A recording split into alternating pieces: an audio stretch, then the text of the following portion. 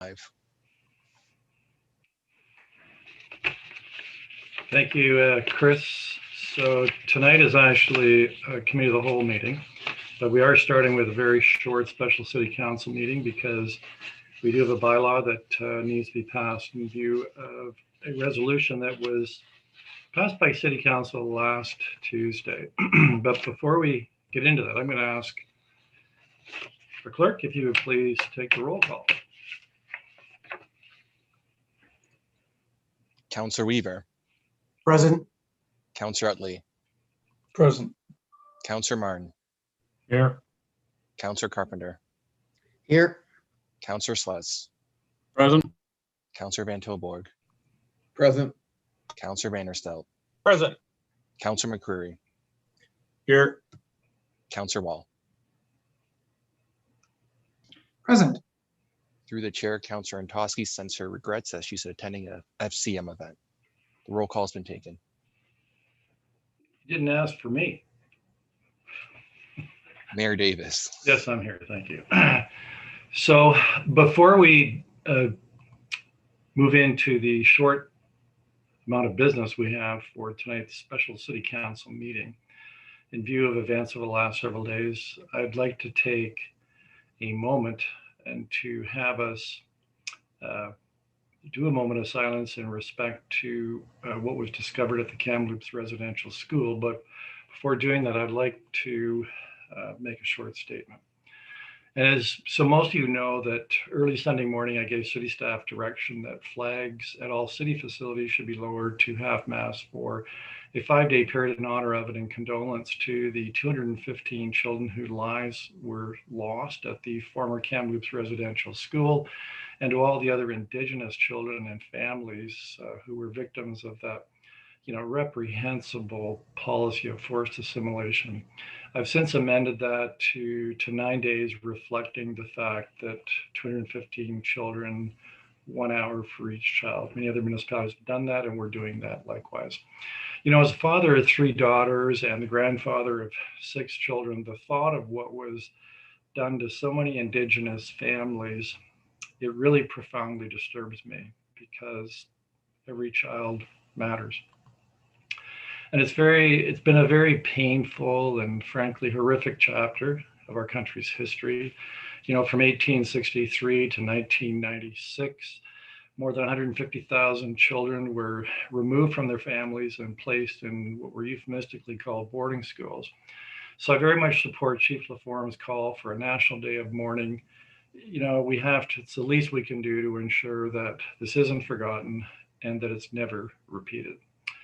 And the city of Brantford, by lowering its flags, I think is also acknowledging the fact that we have here within our city the Mohawk Institute, which also played a role in forcefully removing Indigenous families or children from their families, from their communities, from their heritage, and from their way of life, and it was the longest continuously operated residential school in Canada.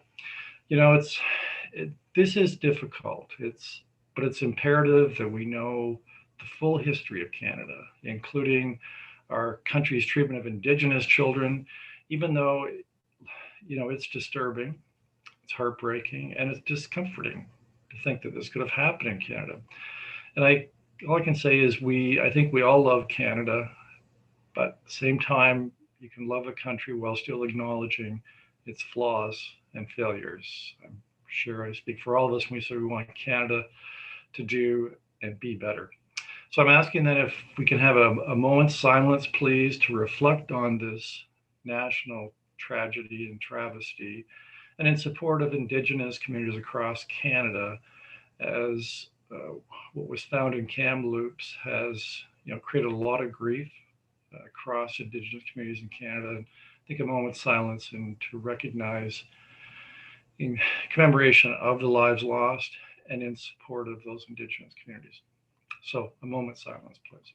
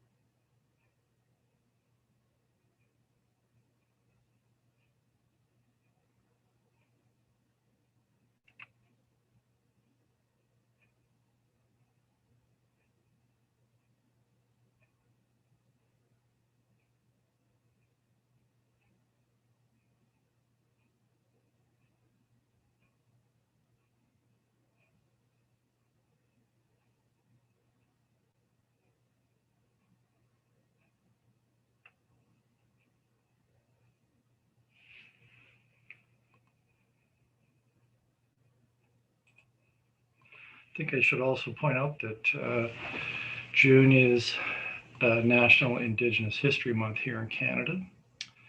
And also, of course, we have, this is Pride Month. And this afternoon, we did have a flag raising. This is the official t-shirt, where we did raise the flag in accordance with the protocol we passed last week, where we raised it full mast, and then of course to half mast, where it shall remain for the duration of the period of 9 days. So with that, we'll move then to the business that we have as a special city council. First of all, does anybody have a declaration of pecuniary interest they need to make regarding the item that appears on our special council agenda tonight? Physically raise your hand, please. Not seeing any raised hands. Councillor McCreary, I understand you've got the motion to move the first and second reading of the bylaws that are before us tonight. That's correct, Mayor. Just bear with me a second while I toggle between screens here. It's moved by me, seconded by Councillor Martin, that leave be given to the mover and seconder to introduce the following bylaws for first and second reading. Bylaw 137-2021 being a bylaw to amend Chapter 440 of the City of Brantford Municipal Code, bi-weekly to weekly yard waste collection. And 138-2021, the bylaw to confirm the proceedings of the Council of the Corporation of the City of Brantford with respect to the meeting held today. Thank you, Mayor. Thank you. So any discussion on the first and second reading of this bylaw? Seeing none, Chris, would you please take the vote?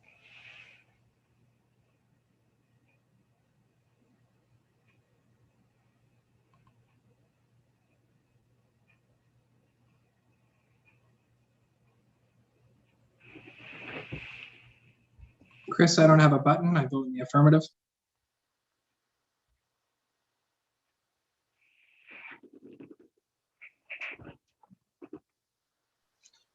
Through the chair, I'm just waiting for Mayor Davis and Councillor Sluss.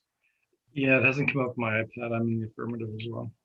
And I'm not able to get in at this point, Chris. But I'm voting in the affirmative. Thank you.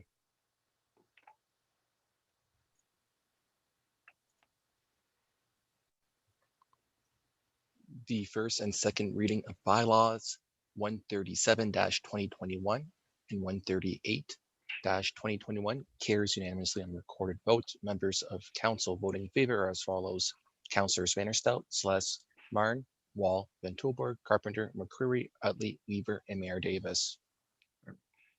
Councillor Martin, I believe you have the motion for third reading. If you please read it and state your seconder. Thank you. I move, second by Councillor McCreary, that bylaws 137-2021 and 138-2021 be taken as read a third time, be finally passed and signed by the mayor and clerk. Thank you for that, Councillor Martin. Any discussion regarding that? Seeing none, Chris, if you please take the vote. Again, I'm in the affirmative, Chris. And me as well.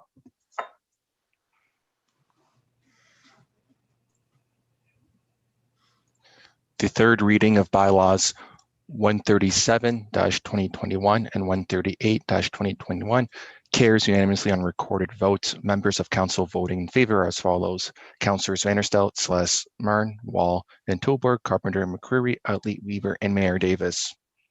Right. All right, well, that concludes the business of our special city council meeting, and I'll be offline for a minute. My basement is too hot to continue wearing this t-shirt for the balance of the meeting. So, we'll reconvene with Councillor Weaver as the chair of the committee of the whole. Thank you, Mr. Mayor. So I will, as the mayor of the month of June, I'll call the Committee of the Whole Operations and Administration for Tuesday, June 1st, 2021 to order. And the meeting of the Committee of the Whole Operations and Administration is now called to order. As we come together today, could we have everyone please stand? Thank you.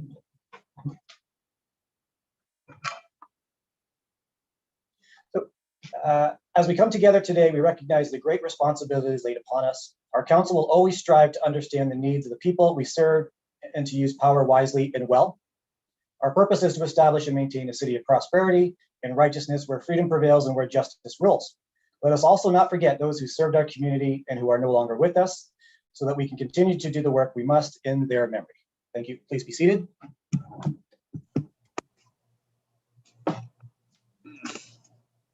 The roll call has already been taken.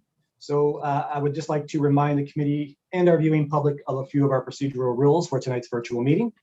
So all members will be muted for the meeting to reduce feedback.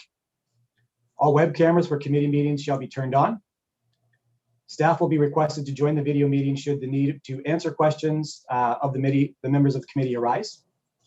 Any members of the committee should indicate they wish to speak by pressing the raise hand button on the participation list screen. And as you are called by the chair to talk, the clerk will lower your hand. And in the event of a connection service interruption occurs that affects quorum of the committee, we may recess for this meeting for up to 15 minutes to regain quorum. And if quorum is not achieved, the meeting will have to be adjourned. So members of committee, are there any declarations of pecuniary interest for any of the items appearing on tonight's agenda? Okay, seeing none. The following items will already be automatically separated, and those are items 6.1.1, as there is a presentation, and item 6.1.2, as there is also another presentation, and item 6.1.9, as there's a delegation.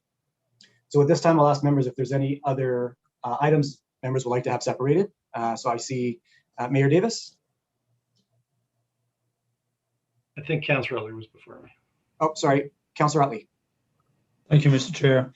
6.1.7, which is the chateaux and plaques, and 6.1.10, the Walter Gretzky bust. Okay, thank you. Thank you. Davis. Councillor Utley stole my thunder. I thought so when I heard that. So, okay. Also, I should have made note that 7.1, which is a Francis Street traffic control, will be moved up as because of delegation. And Councillor Vanderstout, can you please move the motion to approve all items for consideration consent not separated for discussion purposes, please? Absolutely. Sorry, just let me call it out of my phone for a second. Unless clerks is quick enough to get it on the, the timing's exactly the same. Okay. Agenda 4.0, separation of items for consideration and consent items for discussion purposes. Moved by myself, seconded by Mayor Davis, that all items contained for consideration consent 6.1 and 6.2 not separated for discussion purposes be approved.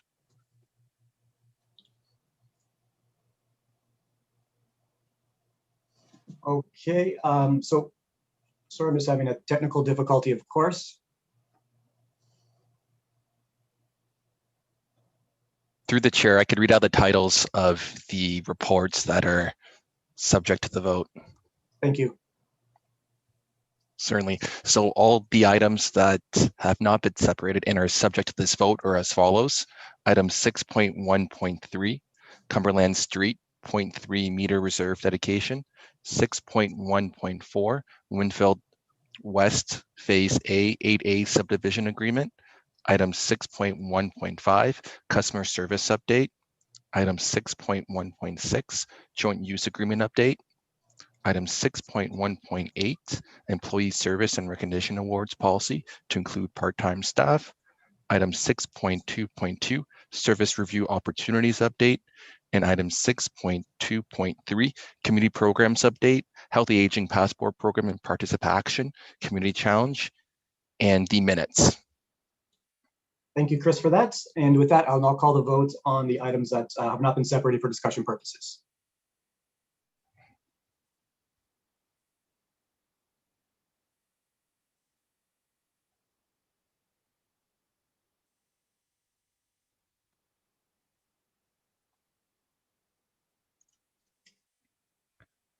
All items not separated for discussion purposes carries unanimously on a recorded vote. Members of the committee voting in favor are as follows.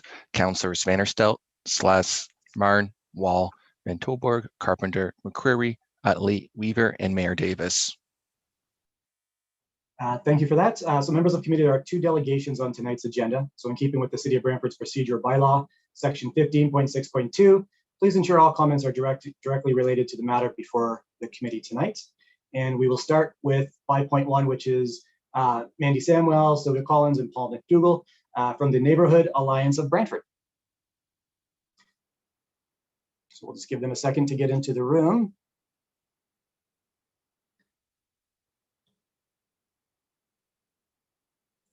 Hi, Mandy. Are you all good for your presentation to start? Yep, that's perfect. Thank you. Okay, please. So you do have 10 minutes for all your remarks and inclusive of questions. So please go ahead. All right. Good evening, Mayor Davis and members of council. Thank you for the opportunity to appear as a delegation tonight to speak in support of the Community Safety Toolkit report.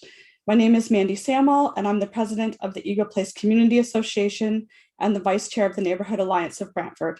I'm here tonight with Paul McDougall from Eastward Echo Place Neighborhood Association, and Sylvia Collins from Homedale Neighborhood Association was looking forward to joining us. Unfortunately, however, she has a COVID outbreak at her workplace and is unable to attend. On behalf of our entire subcommittee for this project, we would like to acknowledge our council reps Rick Weaver and Cheryl Antosky for their resolution brought forward last March, since which time we have been working collaboratively, building a framework to address community safety in the neighborhoods that we all love. Council's support tonight of this very important project will demonstrate once again their commitment to our neighborhoods, as they did by prioritizing that all neighborhoods in the city are safe, vibrant, attractive, and inclusive. Paul, Sylvia, and I would like to acknowledge all of the participating neighborhood association members dedicating their time and talents to this committee.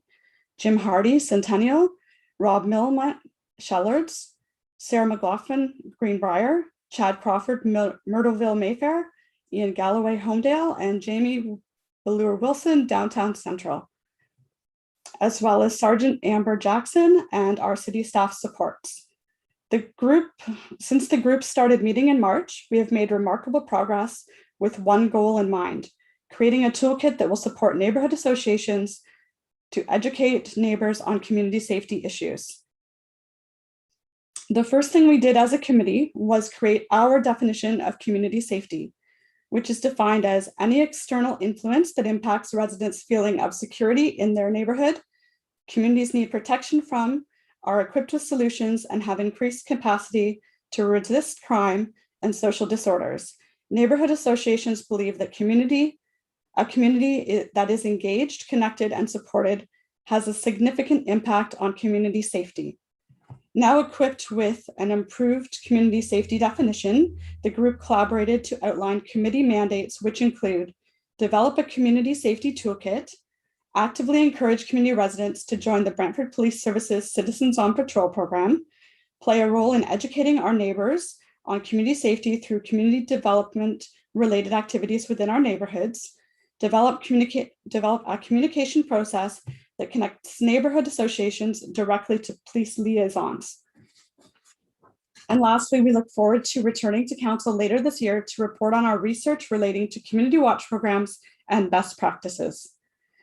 The Community Safety Toolkit, with the approval of council, will be a collection of electronic resources the neighborhood associations can brand and alter based on the uniqueness and needs of each neighborhood. The importance of the resources being accessible and printable is a priority for this committee to ensure that everyone has the opportunity to be engaged and benefit from the contents. The following is a list of the contents to be included in the toolkit. Community education resources, including crime reporting information, who to call and when to call, citizens on patrol information, child identification kits, home safety audit checklist program with creative engagement opportunities to encourage residents to complete in order to safe-proof our neighborhoods, education workshop series, and interactive community programming for residents. Community safety asset mapping to connect residents to community and private supports. And lastly, how we can support the ongoing process for neighbors to access the popular slow down signs program which recently launched in the city. Over the next few months, the subcommittee is looking forward to engaging other stakeholders, including the Brantford Police, in the development of the Toolkit resources. In conclusion, each neighborhood association is unique. By collaborating through NAB on a citywide initiative such as this, we are excited about the significant impact that this will have on all of our neighbors. We wholeheartedly believe that the development of this toolkit will have tangible benefits for all residents. It will help create a safe, vibrant, attractive, and inclusive neighborhoods. I'm excited to speak on behalf of the Eagle Place community, as I firmly believe the toolkit and the programs created will be embraced by our neighbors. I believe our neighborhood is ready for this, and it will be very well received. We are happy to take any questions with the time remaining at this time. Thank you. Thank you very much for that presentation. We do have questions from Councillor Utley. Councillor Utley, please go ahead. Thank you, Mr. Chair. Through you to Mandy. Mandy, thank you very much for your presentation and all the years of dedication you and your members have put into your neighborhood. So it's greatly appreciated. For the people that are looking in tonight, what message would you like to send them right now? I think that if there is one message that I could send to everybody, is that it's important for all of us to get involved in community safety. Safety starts within the neighborhoods, and it's everybody's responsibility.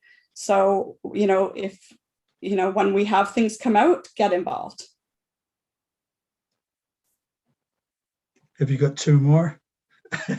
That's okay. The other thing I was going to ask Mandy is, what are your top three issues? If you had to list them in an order, what are the three that in your ward, your neighborhood, that you feel you should focus on?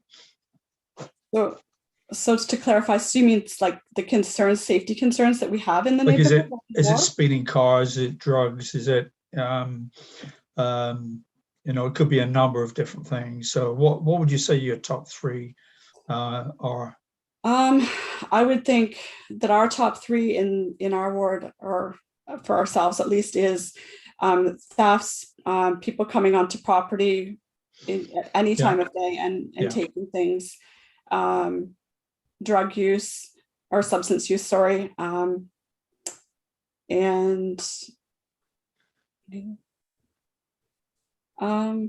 then like speeding is a problem, but maybe that's lower on our end for that. But all of the neighborhood associations too have varying degrees of what they're what you just shared is sounds pretty common to a number of different throughout the city. So again, thank you so much, and keep up the great work. Thank you, Mr. Chair. Thank you, Councillor Utley. Next, I have Councillor Carpenter. Thank you again. I'll repeat what Councillor Utley said. I'm very proud of neighborhood associations. I'm very supportive of neighborhood associations. It took me a long time to get them where they are today. So Paul and Mandy, Paul, you helped distribute seniors toolkits that I made available. And I noticed in your alignment on 4.4, you talk about alignment with the community safety and well-being plan. Does that mean that the seniors toolkits could form part of that as well for information to seniors? Of course, yes. And the slowdown signs as well. They all sort of get looped into one. Yeah, and then the slowdown signs, you're finding we don't have enough of them.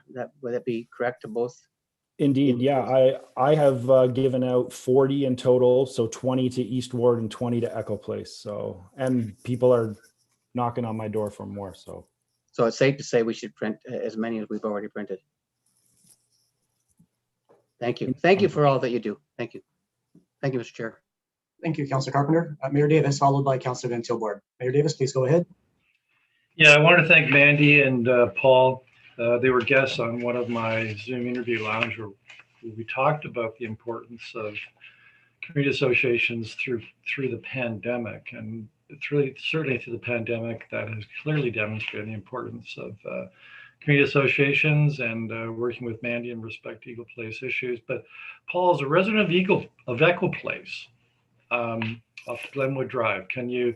I'll ask you the same question. I felt badly that you weren't able to answer it on behalf of Echo Place. The top 3 issues for our neighborhood.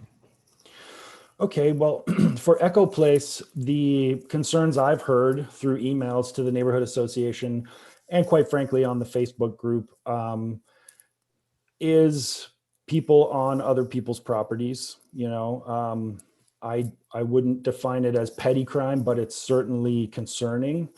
Slowdowns, that was huge in Echo Place. But if I could also pivot to East Ward, East Ward is not the same as Echo Place, and East Ward is, you know, people renting to drug dealers and drug dealing happening in residences and terrorizing the people who live around that house. So yeah, that would be sort of a mixed bag of East Ward Echo Place. I hope that answers that. Yeah, it very clearly matches a lot of the inquiries I received in the mayor's office. And I just want to tell you that I agree with you that in Echo Place, a real issue, I've seen it in my own garage. And it's interesting when the communities come together and how they can work together, even my own condominium association, just the benefit of working together to deal with these particular issues. We're together stronger than trying to deal with it on our own. So thank you very much, Paul and Mandy, for your ongoing efforts. And I really look forward to this toolkit because we know there are other community associations that aren't quite as strong as yours. And I think that toolkit will be a real assistance to them. And thank you for your dedication to community associations and volunteering, to agreeing to volunteer to develop that toolkit. Thank you, Mr. Chair. Thank you, Mayor Davis. Councilor Van Tilburg, please go ahead. Yeah, as the questions have been asked to both Mandy and Paul about the 3 issues, thank you for everyone who asked that, and I appreciate the answers. I think it's pretty clear for the neighborhood associations.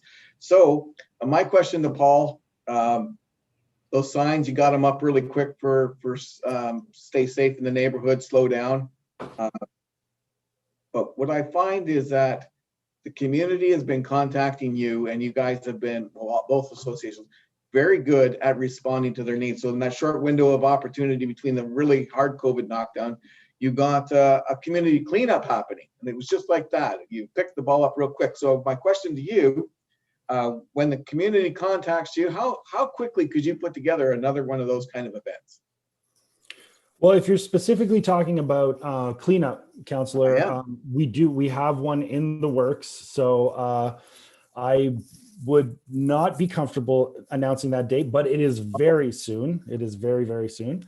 Only because we have our executive meeting tomorrow. So and then you'll shout it out loudly, right? I thought I might give you an opportunity to kind of get out soon, but hey, no problem. Hey, I apologize. I just got to get that cleared with everyone. We are a committee, so but yes, thank you. And that was a huge success. I'm a big fan of if someone in the neighborhood comes to us with an idea and it's legitimately doable. We all like to move on it quick. East Ward Echo Place likes to move on things quickly if it's doable, and that was a unique situation with squads of people. You know, COVID, it was keep all the squads small, and it was a huge success. So it certainly was. Thank you. Thank you, both of you, and all the other neighborhood associations. Thank you. Thank you, Councillor. I don't see any other questions, so I just wanted to also give my thanks to Mandy, Paul, and Sylvia, even though she wasn't able to make it tonight.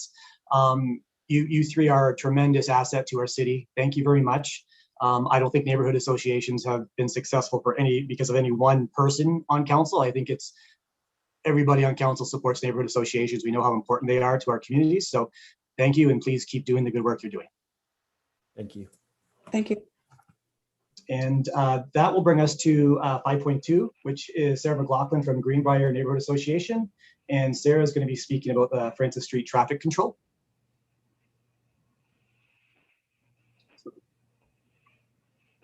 I'll just give Sarah a moment to get into the room and get her camera and everything on. Oops. Hi, Sarah, how are you? Hi, I'm good. Sorry, I have a very fussy baby, so I hope this goes well. We will deal with that. Don't worry. Yeah, the So you wind do is have going right now, so here's hoping. So you do have 10 minutes. That includes questions from any members of council. So if you wanted to go ahead with your presentation, please. Sure. So good evening, Mayor Davis and members of council. Thank you for giving me the time to address you tonight. My name is Sarah McLaughlin, and I'm the president of the Greenbrier Neighborhood Association. I'm also a member of the Community Safety Committee, a parent, and the co-chair of the Greenbrier Parent Council. I'm here today to show my support for the Francis Safety Project. Our neighborhood has become a bit of a shortcut for people getting to and from the large shopping center at 300 King George Road. And because of this, we find that cars are traveling very fast through the neighborhood, and in particular, Francis Street. The stop signs will hopefully encourage people to slow down or use the larger streets such as Powerline Road or King George Road. Because the playground was taken from the school in 2019, the Tranquility Park on Francis Street has seen much more use. Because of the lack of sidewalks in our neighborhood, a crosswalk will make it so children have a safe way to cross the street from the sidewalk that is there to the park.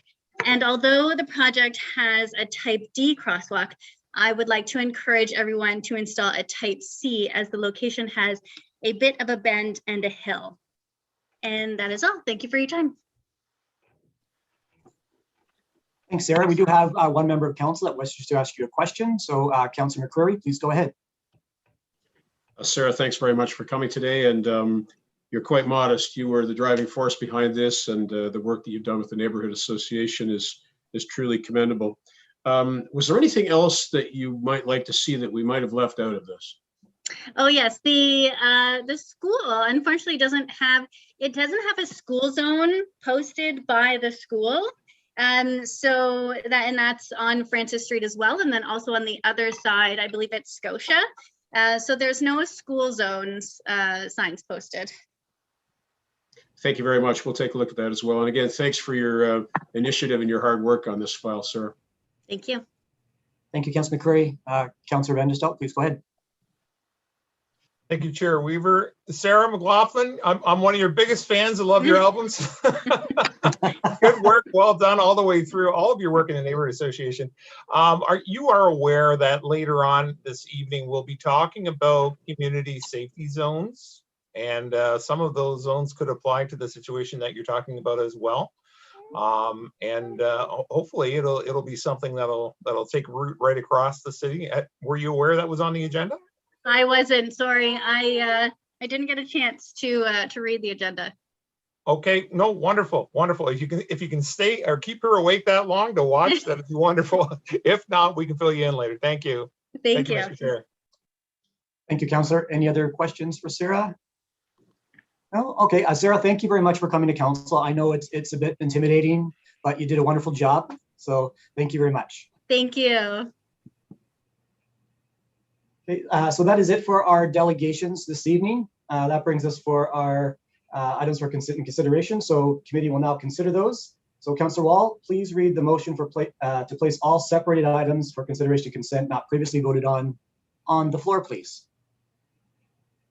Yeah, sorry, I have that here in my email, but it got buried in a number of emails that came in. I'm sorry. Could I get it on the screen?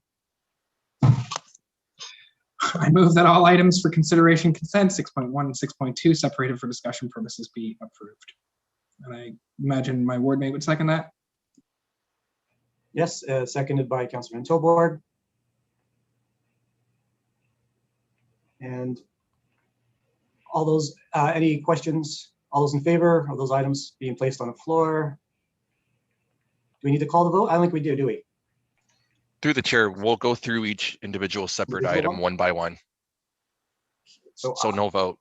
Okay, and following the roadmap then, that will bring us to 6.19, which is the Neighborhood Association Community Safety Toolkit program plan. So is there any discussion? Mayor Davis, please. Thank you, Mr. Chair. I just want to repeat what I said during the questioning, which is I think COVID has really underlined for us just how effective community associations can be it was interesting through the pandemic, and well, we're still into it to some degree. Some of the programs that we did, we delivered through the neighborhood associations, and the most recent example being the signs, speed signs, and neighbors helping neighbors. I think it really brought home to us at City Hall. We already knew that neighborhood associations were important, but I think we began to realize that it's a system and it's a group of associations that could be utilized for other purposes for the benefit of the neighborhoods. And I think we're also going to see that moving forward, not only with the toolkit and the work that this group is going to be doing, but also as we decentralize our social service department, so the services will be delivered more throughout the city than just simply in the downtown. And part of the delivery network will be community centers and likely community associations. So, kudos to those of you who pushed for the formation of neighborhood associations in previous councils. I think we've really seen the value of that, and we'll continue to see the value of it. And it also leads to, I think, a greater sense of neighborhood and community in those areas, particularly where the associations are very active and have their Facebook groups. And it's a great attribute that we have in our city, and I'm quite happy to support this. Thank you. Thank you, Mayor Davis. I apologize, I'm not sure who is next, but I'll go with Councillor Wall first. Thanks, Chair Weaver. Okay, so the first thing I want to say about this is just how incredibly proud of it I am, and it's a tremendous thank you to every single community volunteer who is working together on doing anything we can to promote community safety. Because if you are a resident of this community and you live in any neighborhood in this community, you have probably seen a rise in crime and issues in your community. And I mean, Ward 5, where Councillor Van Tilburg and I represent, we receive a tremendous amount of phone calls and questions and concerns and tags and posts on Facebook about the ongoing societal issues that are happening in the community. And I am thankful that we have such incredible neighborhood associations in the downtown, in East Ward, and in Eagle Place, because we rely on them to help us connect with the community and to help point them in the right direction. And it's the work that they're doing here through this that is making people feel like we're going to come out the other side stronger and better, and a more prosperous place to call home, a safer place to call home. And it was said that it is up to the neighborhood, and it is 100% up to the neighborhood. Anybody who knows me knows that I grew up in a very small town in Newfoundland before my family moved here to Ontario. And you couldn't so much as ride down the street without your helmet on, and somebody called your mom at work and said, I saw Josh riding without his helmet on. And it's that kind of close-lit neighborhood that looks out for one another and points out when something is askew, that takes care of one another. And Brantford and Eagle Place and East Ward and downtown is just the place to be. Everybody knows everybody. We look out for one another. And I'm so thankful to support this. And honestly, as long as the neighborhood associations are working together with members of the community to tell this council what they want, I will support it every single time. Whatever you need, whenever you need it, however you need it, come to this council and I will support it. And I just want to say one last thing, and there's no better place than council to say it. I urge you, if you are a member of this community, to reach out to your elected officials on the federal and the provincial level and demand that they help the municipalities get the resources that we need for proper policing, proper mental health support, proper rehab, proper support, because we're not going to get through this alone.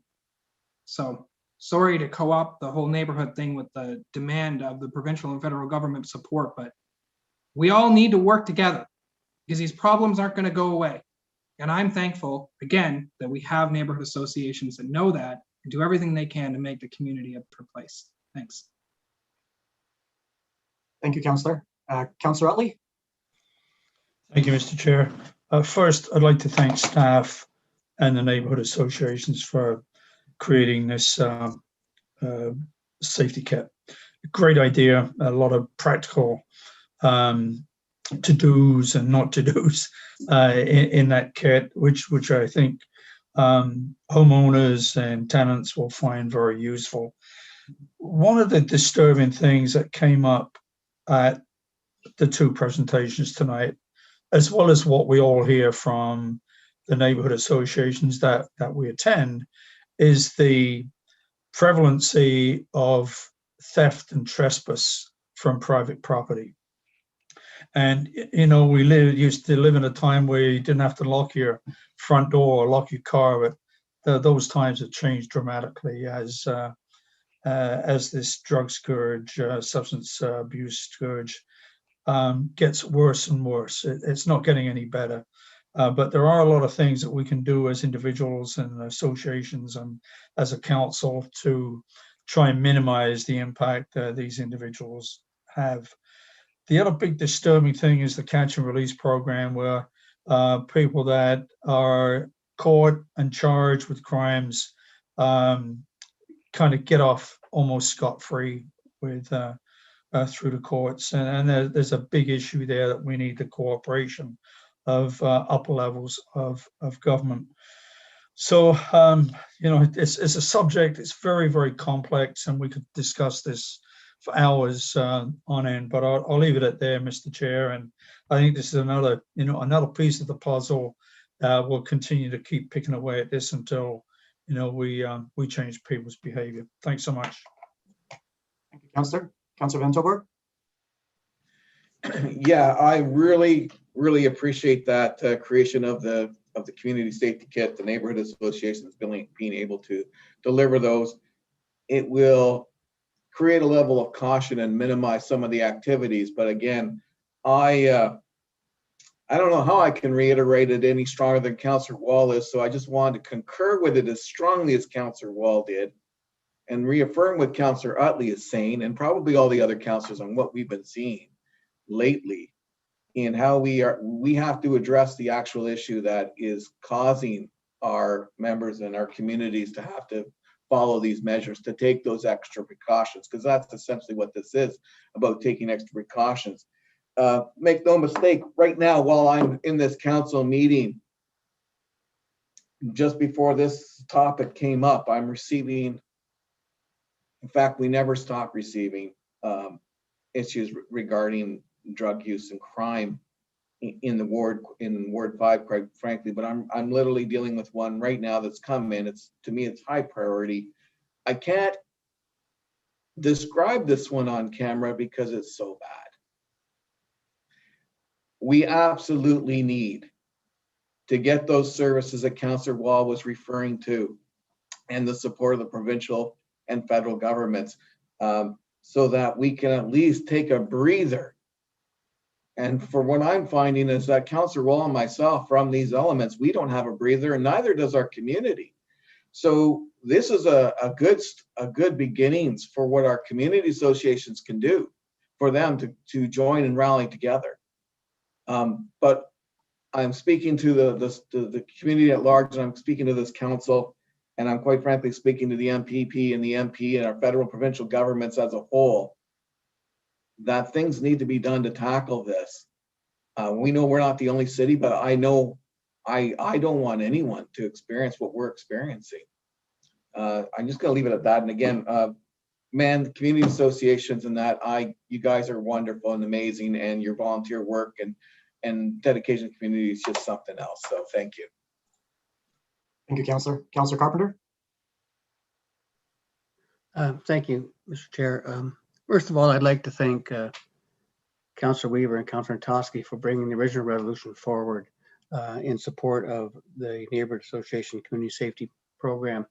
And how appropriate it is that Councillor Weaver and Councillor Toski, who came up through the Neighborhood Association programs, Shutters Lane and Brand Lynn, brought this forward, because they know quite well that feet on the street in the neighborhood programs is exactly what makes our community great. And it's so important. And I want to also thank staff and this council and the previous council for their increased support for Neighborhood Association. We've come a long ways. We've still got a ways to go, making them sure they have an actual home. When I know we're working towards that with the hub program. The Neighborhood Associations really are the backbone of our community. They're the feet on the street. They've got their ear to to the street. They know what the community wants and needs are, and they're the best place for councillors to reach out. In fact, it's the best place for councillors to come from, and Councillor Wall and Councillor Natowski are proof of that. So I wanted to make sure we acknowledge that.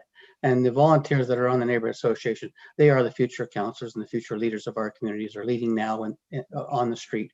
It is a tremendous program, and I'm just so overwhelmingly proud of this community and staff for taking the role on that they have, and the respect for the neighborhood association that's increased over the last couple of councils specifically. This is great news, and it's the way to head forward. So thank you for everyone for everything they've been doing here. Thank you. Thank you, Councillor Carpenter. I don't see any other hands up, so I'll just make a quick statement here too. Yeah, very supportive of this. Obviously, it's something that we've been discussing. We actually worked on it a few years ago, and it fell through, unfortunately. But really, this instance in this iteration that we're looking at here, really, the Neighborhood Alliance of Brant, they just really have been pulling together and getting these things done. And we also have some superstar staff. Lori Dawn, she helped write the resolution, and she's been there all the way through, and just very, very supportive of our neighborhood association. So thank you for that. And with that, I will call the vote.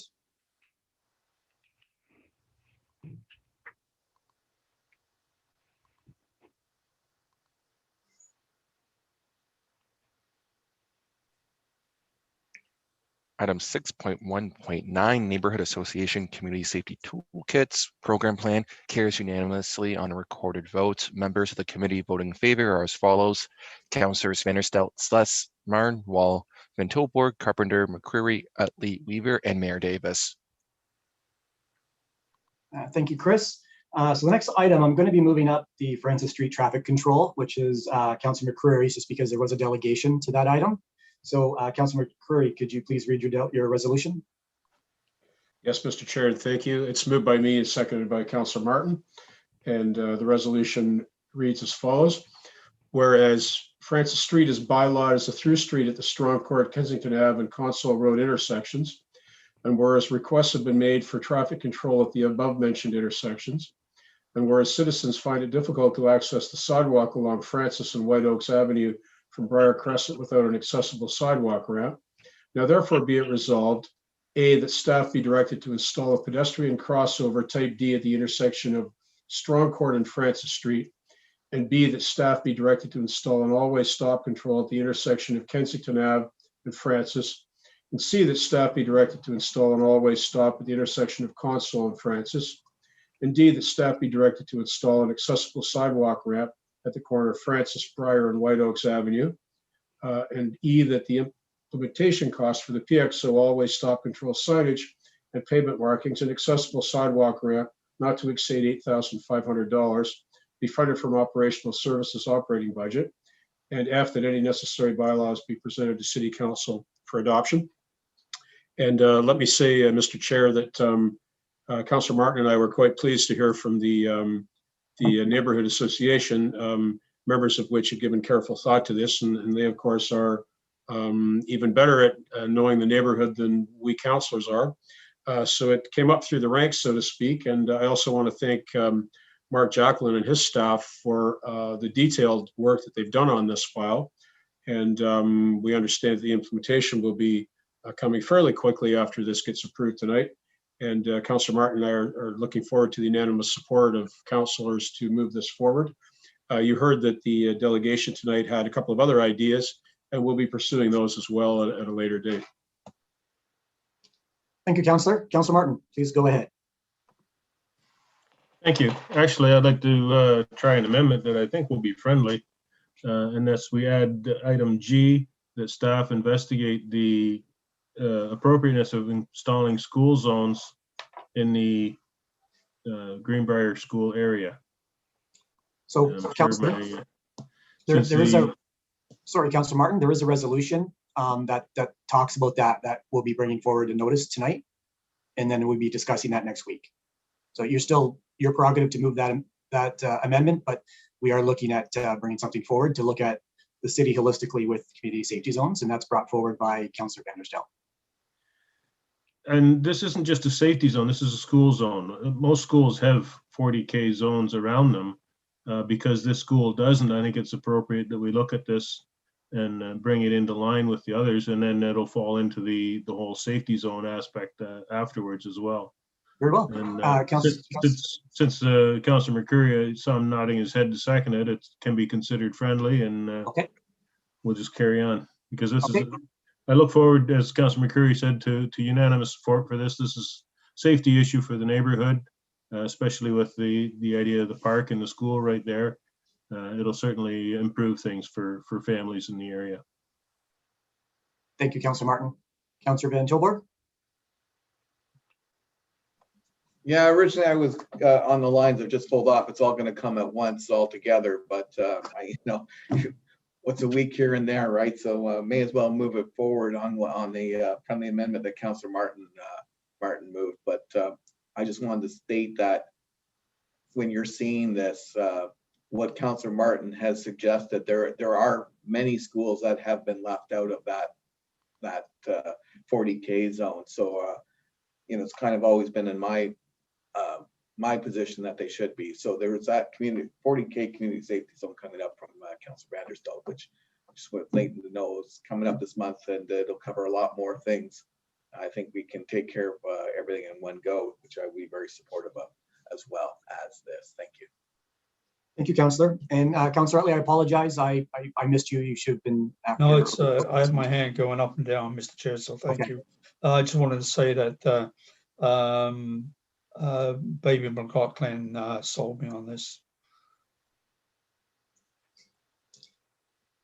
Councillor Carpenter?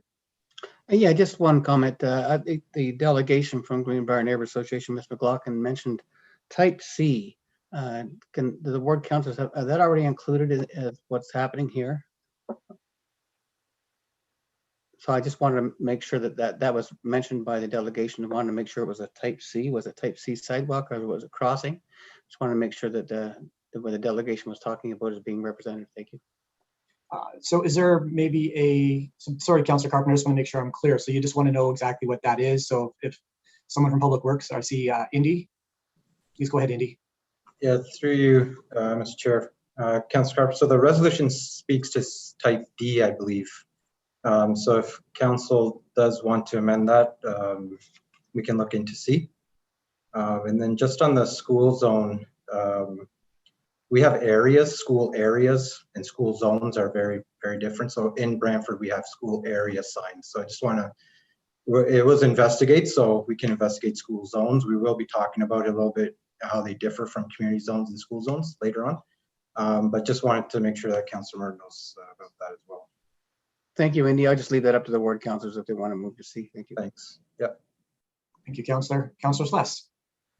Thank you, Mr. Chair. Just for you to Indy. Indy, can you explain the difference between a C and a D crosswalk? I can, but Mark would probably do a better job than I would. There's different type of signage, and it goes A through, I believe, A through D, but Mark can speak on the nuances of the signs and the lighting. There's a bit of difference there.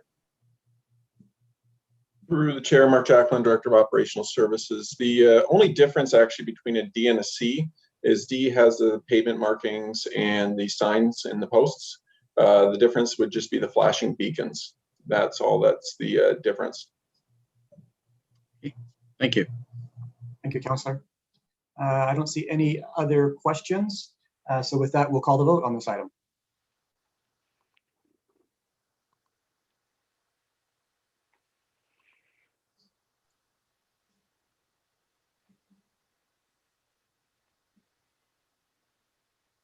Item 7.1, Francis Street Traffic Control carries unanimously on recorded vote of 10-0 with the friendly amendment. Members of the committee voting in favor are as follows: Councillors Vanderstel, Sless, Marn, Wall, Van Tilburg, Carpenter, McCreary, Utley, Weaver, and Mayor Davis. Thank you, and that brings us to presentations now in our agenda. So we have Three River Crossing Environmental Assessment. So I would like to call upon Gigna Petra, and Senior Project Manager and Special Projects, and Jack Turner, who is from GM Blue Plan, to commence the presentation. Please note you do have 10 minutes, including questions. So just please introduce yourselves when you're ready to begin. Thanks. Good evening, Mayor Davis and members of council. My name is Gagan Batra. I am the city's project manager for the 3 Grand River Crossings Environmental Assessment Project. I'm going to leave it to our consultant, Jack Turner, to take you through the presentation, after which we'll be happy to take any questions. So, Jack. Great, thank you, Gagan.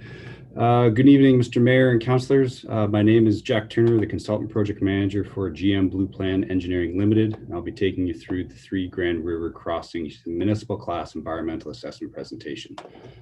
Next slide, please. All right. The City of Brantford initiated this Municipal Class Environmental Assessment, or MCEA for short, to review alternatives for 3 bridges over the Grand River. The purpose of this presentation is to provide a high-level overview of the study and to present the recommended solution. Next slide, please. Here we will describe the 3 unique bridges within the study area. In the foreground, you will see the Lauren Bridge with the Brants Crossing Bridge further downstream, followed by the TH&B Crossing Bridge. The Lauren Bridge is comprised of 3 unique structures, including a girder span over the abandoned railway corridor, the concrete arch section originally built in 1924, and the pedestrian underpass to the west. The concrete arch section currently has a 30-ton winter load limit and requires a major rehabilitation to extend the useful service life of the crossing. The Brants Crossing Bridge was originally built in 1912 to convey railway traffic and has since been converted to carry pedestrian traffic. This crossing has been closed since February 2018 following a flooding and ice jam event. A major rehabilitation is required to open the bridge. However, to remain open beyond approximately 3 to 5 years, a major structural repairs or replacement is necessary. The TH&B Crossing Bridge was originally built in 1893 as a rail crossing bridge, but has now been converted to carry pedestrian and cyclist traffic. The structure was temporarily closed in 2018 following the ice jamming event, but later reopened following structural investigations. This structure is to remain open beyond about approximately 5 to 10 years. Major repairs are necessary. Next slide, please. The problem studied was that the structural investigations have identified the need for structural repairs of the various magnitudes to each of the 3 Grand River crossings. This study explored the feasibility of removing the winter load limit on the Lauren Bridge and the need for one or both of the Brants and TH&B crossing bridges.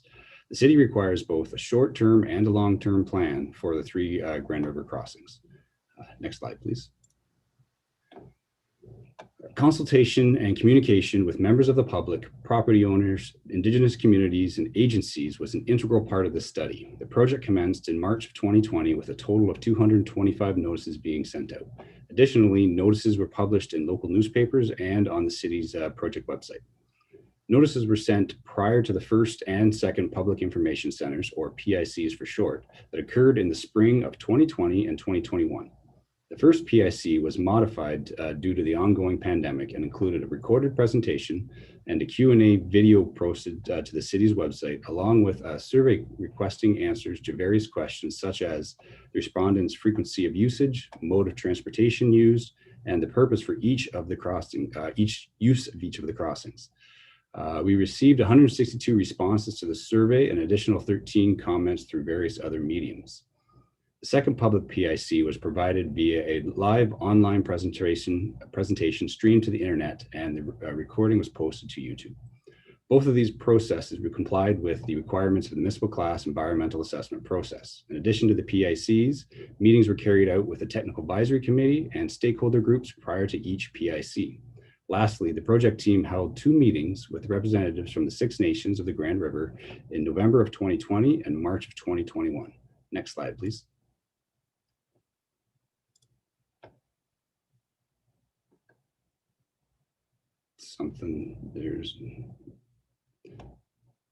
Sorry. Through the chair, just bear with us. We're going through technical difficulties right now. We'll have the presentation back up and running shortly.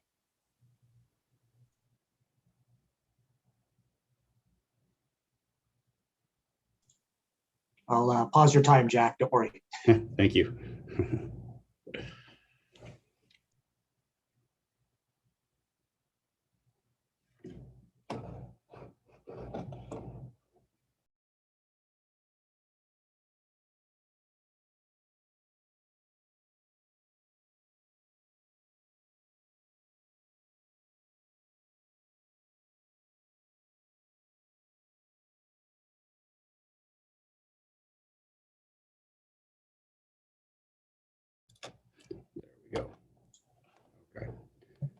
So this slide lists all of the background studies that were completed as a part of this environmental assessment study. The next few slides will provide an overview of some of the key studies that were completed.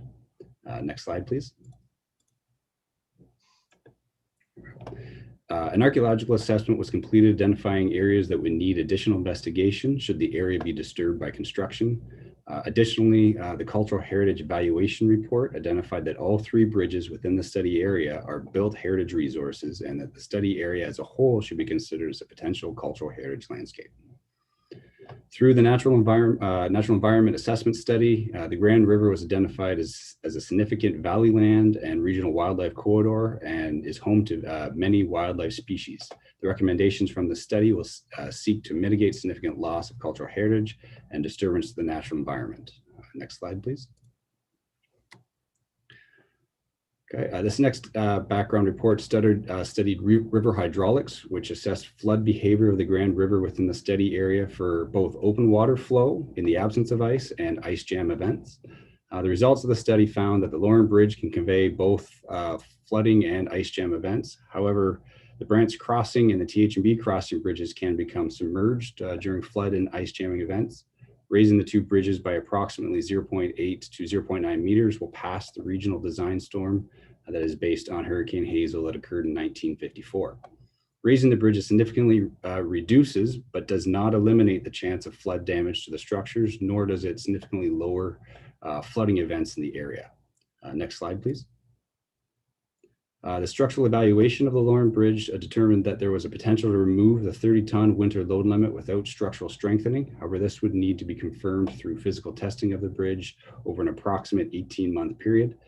This testing would cost approximately $150,000, but could eliminate approximately $2 million in construction works. Next slide, please.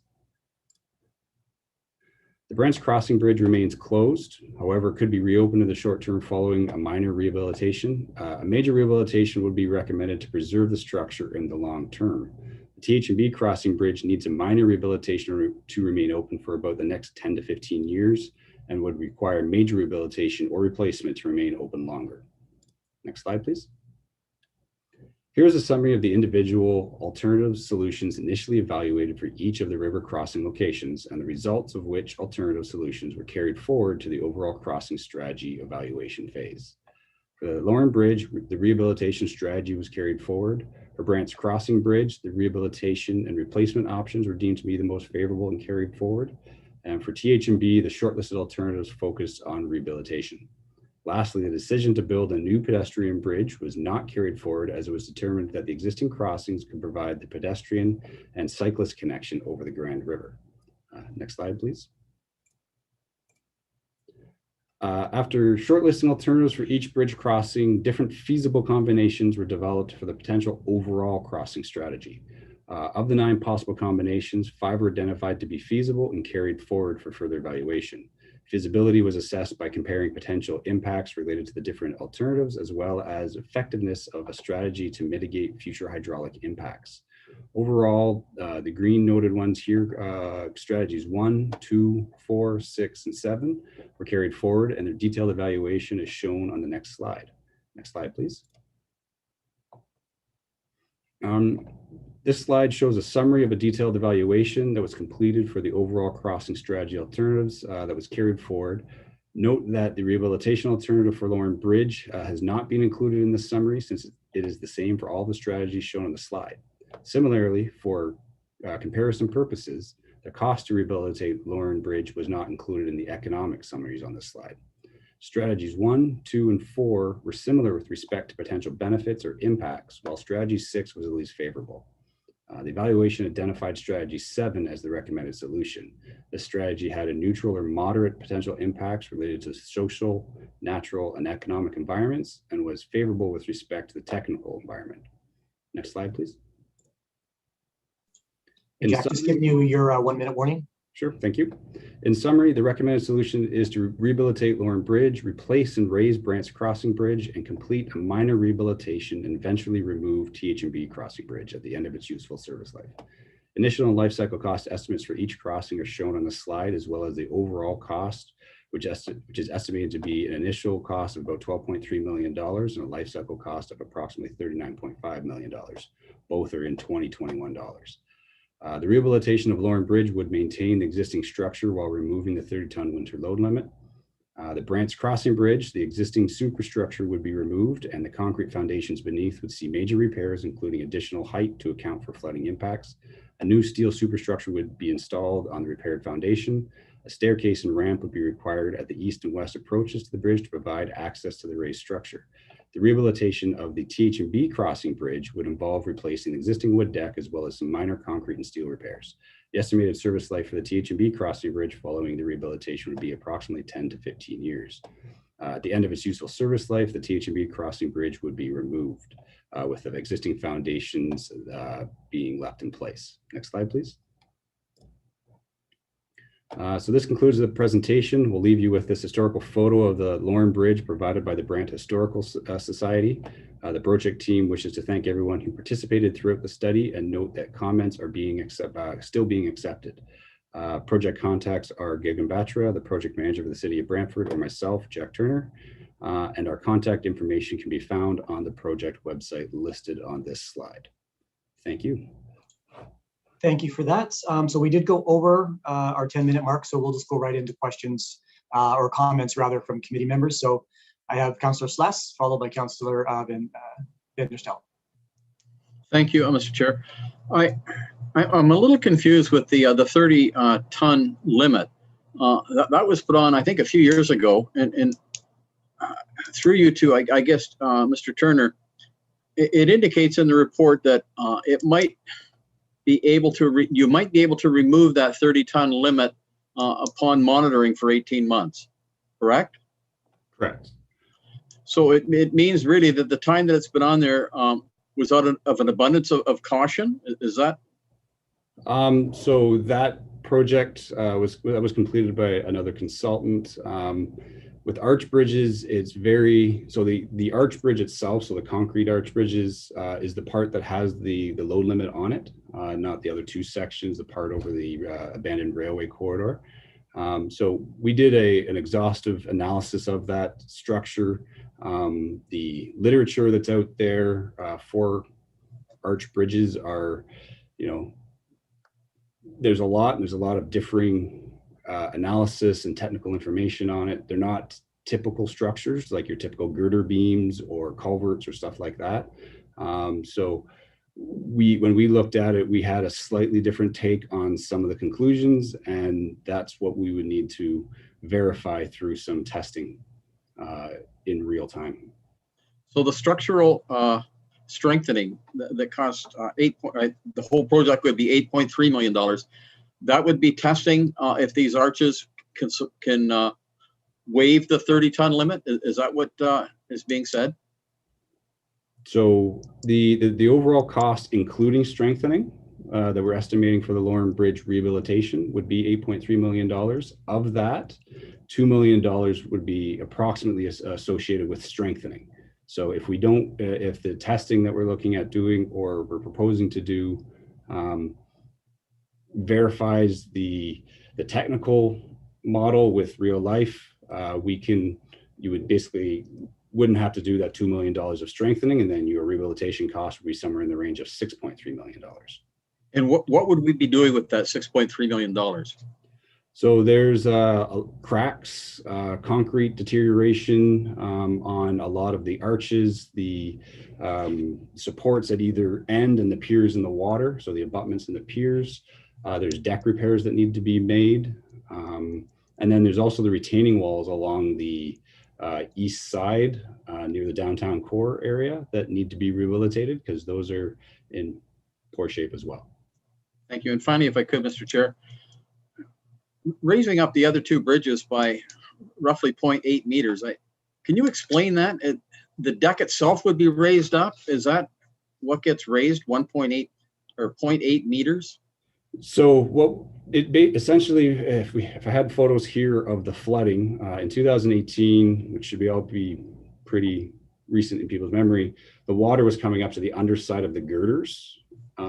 So on the TH&B bridge, it's all girders, and then the water was going underneath. So the entire superstructure would have to be raised along with the deck. So anything that's not concrete pier, the part that goes all the way down into the water, or concrete abutment, would have to be raised up about that 0.8 meters or so. So why would we not raise it higher? Because I think it said in there that that won't necessarily create a safe situation. So why wouldn't we go higher to create a safe situation? So there's a difference right now, and this is getting into a technical aspect that is often hard to explain to everybody, but we had some presentation slides where it's essentially a design storm. The occurrence of a storm itself occurring in each and every year. Currently, where you're sitting at, you have about a 1 in 10 chance, or a 10% chance of a flood or ice jamming event occurring, right, and impacting those bridges. By raising it 0.8 to 0.9, you're reducing that to about a 1 in 500. So I think it's about a 0.2%. So you're significantly reducing that. Also, the dike system in the area is designed to that 1 in 500 storm. So the regional storm, which is Hurricane Hazel. So be bringing them up to the design of everything else in the area. Going any higher, would it reduce your risk of damage? Yes, but now you're talking infinitesimal percentages, 0.2 down to 0.15% is really, okay. Does that answer your question? Yeah, it's kind of a diminishing return then, is that Correct. what you're saying? Correct. Okay, thank you very much. Thanks, Mr. Chair. Good question. Thank you, Councillor. Councillor Vinstill. Thank you, Chair Weaver. Yeah, my question earlier this week was right along the same lines, Jack, when I asked our city staff that question. Now, I was listening very carefully to your presentation, and I could have sworn that I heard you say with that 0.83 increase in elevation on Brant's Crossing Bridge that there would be stairs included on both ends of the bridge? Correct. So you take the bridge you have right now, coming from the east, the park. There's a bit of a grade uphill towards getting onto the actual bridge. It's the same part on the west side near the residential towers over there. So if you raise the deck, so what people walk on, by 8 meters, you then now have to increase that grade to get there. So what would happen with getting that up while maintaining accessibility? You would have stairs that people could go up, but then there would be a little switchback that would allow people to get up to the deck level with a wheelchair or with a walker or something that would help them maintain access to the bridge. I'm sorry, what could you please help me understand better? What is a switchback? So it's basically, it's a ramp that would go sort of perpendicular to the traveled path. So we'd go out, say to the right, you have a landing where they could take a rest, and then it comes back. And so it's a ramp that then comes back and you can get up to that same point and you get to the top of the stairs. Oh, I see. Okay. And through you, Mr. Chair, Jack, one of the positive attributes of this existing bridge is its multi-use capacity. So we're seeing an incredible amount of use on that bridge, especially from the two towers nearby, which is largely aging population as it stands now. We're also seeing it included as part of a loop that walkers, hikers, and cyclists use to circumnavigate the trails around Brantford.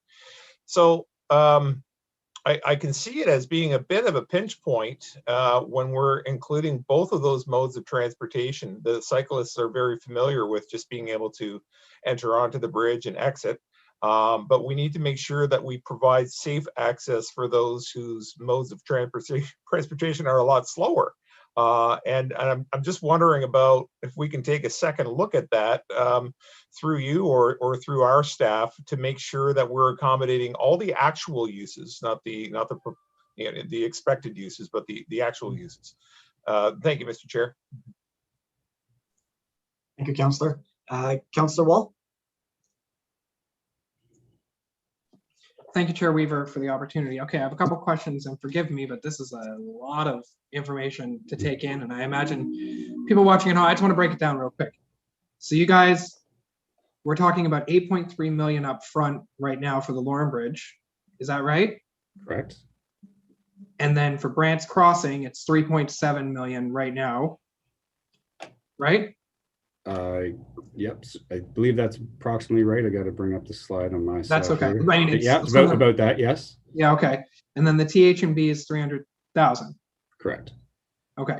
So I have a ton of nostalgia for the Brant's Crossing Bridge. I think it's super duper important. I'm so thankful for everything you guys have done and for staff. So I promise you, I swear, I don't mean any disrespect by this, but I'm not going to support a dime being spent on the bridge. Period. I don't know exactly how it's going to work. I don't know if I'm going to move an amendment. I don't know if I'm going to ask for it to be voted separately. I got a second speaking opportunity, and I'm asking clerk staff to work with me on this by email before this thing goes to vote. I just think the Lorne Bridge is essential. It's the main traffic bridge. It's how you get across the river, and we have to spend that money. The TH&B bridge, it's 300,000, and it's not that that's not a significant amount of money, but it's another pedestrian bridge. But $3.7 million right now in the middle of a pandemic, while our community is in a really tough place, I can't support it because it's just too much money that I know we could find a way to redistribute elsewhere. And it's not because that bridge isn't important. I just think that how many ways do you need to cross the river right now? And again, it's not meant to be disrespectful. $8 million total, right? Or more than that, 3.7 million, and then 5.5 million over time. So I think I support the Lorne Bridge, I support the TH&B, and I do support repairing the Brant's Crossing Bridge at some point, but not today, not here, not unless we're getting a grant for $3.7 million from another level of government, but not out of Brantford taxpayer dollars, not right now.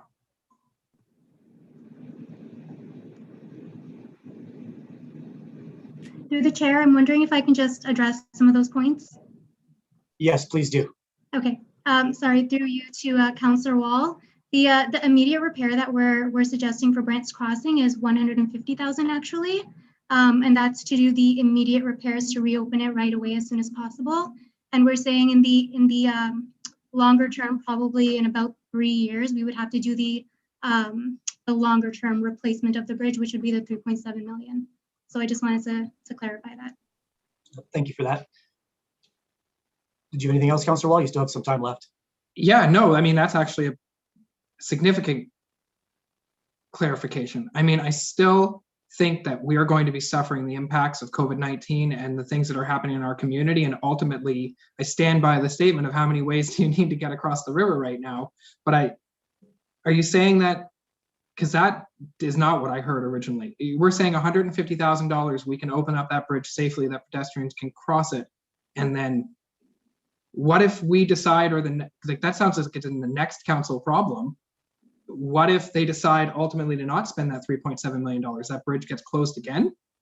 Like, that's the part that I don't get. So we can open it for 150K, which is still a ton of money, but not obviously 3.7 million. But what happens if this council or the budget process doesn't approve that spending? Yep. Then what happens? Through the chair, and Jack can elaborate on this a little bit for the more technical components. Regardless of whether or not the bridge is in use, the deterioration is still happening. So regardless of whether or not we spend that $150,000 right now, those 3 years is all we're going to get in the service life, and that the replacement or a major rehabilitation is required to ensure that that bridge can stay standing for the long term. So I hope that answers your question. The 150 is just to get that 3 years of service life and for people to actually be able to use it, walk on it in the interim. But within those 3 years, that decision and the money is going to have to be spent if the intent is for that bridge crossing to remain. Excellent. Chair Weaver, last thing.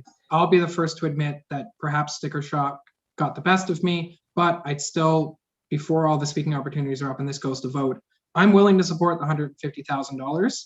I don't necessarily want to support the $3.7 million spend in my vote. So I would really appreciate if we could talk about how I would potentially do that. Thank you. Yes, so through the chair, that 3.7 will come to the capital budget, Councillor Wall, and we can speak to it at that time, but it is a risk that will be presented to council when it comes to bridges. So we'll talk to that at the budget time. Thanks, Indy, and good on.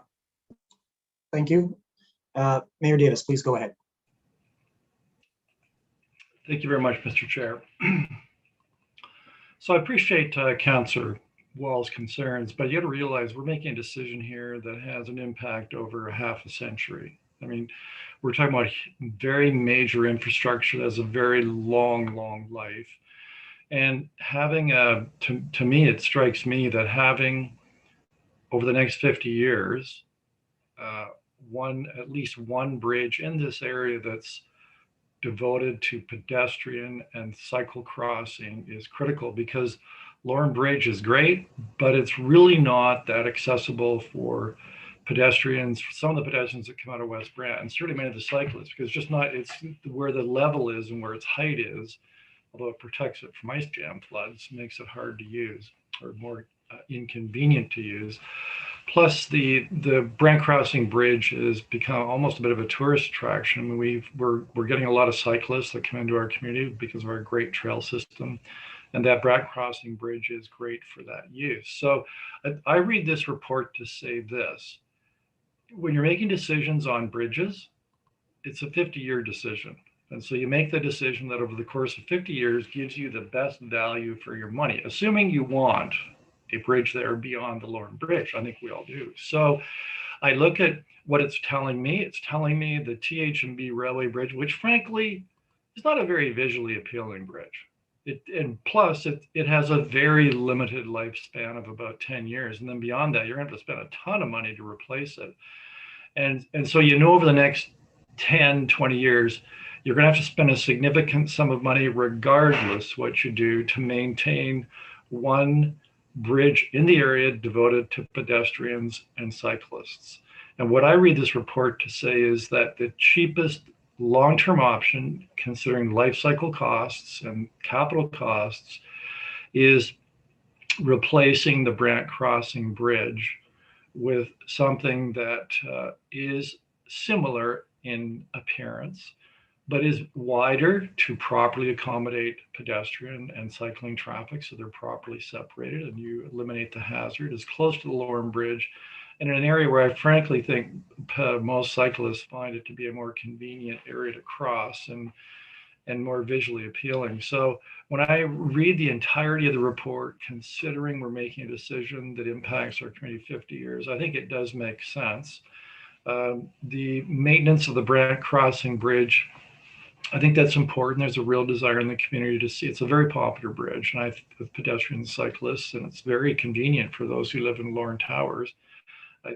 It's for the sum of money to maintain it until you can properly accommodate the capital cost of replacing. I think it makes sense. The TH&B bridge, I think we want to spend the minimal amount of money to keep it going for 10 years, because if you do replace the Brant Crossing Bridge, you're not going to have a pedestrian bridge there for a while. But if you maintain the TH&B for the balance of its life expectancy, you've got it. You've got that backup. So the plan that I see laid out in the environmental assessment, it makes a lot of sense to me. And, I agree, Councillor Wall, that you don't want to spend money unless you have to. But I think the community highly values having at least one pedestrian cycling bridge in that area. I think the plan laid out to us in the environmental assessment, to me, makes the most sense from a cost perspective. Plus, we also need to maintain a long-term a bridge for pedestrian cyclists that is reasonably well protected from ice jam floods. Neither of them is right now, and you got to have them higher.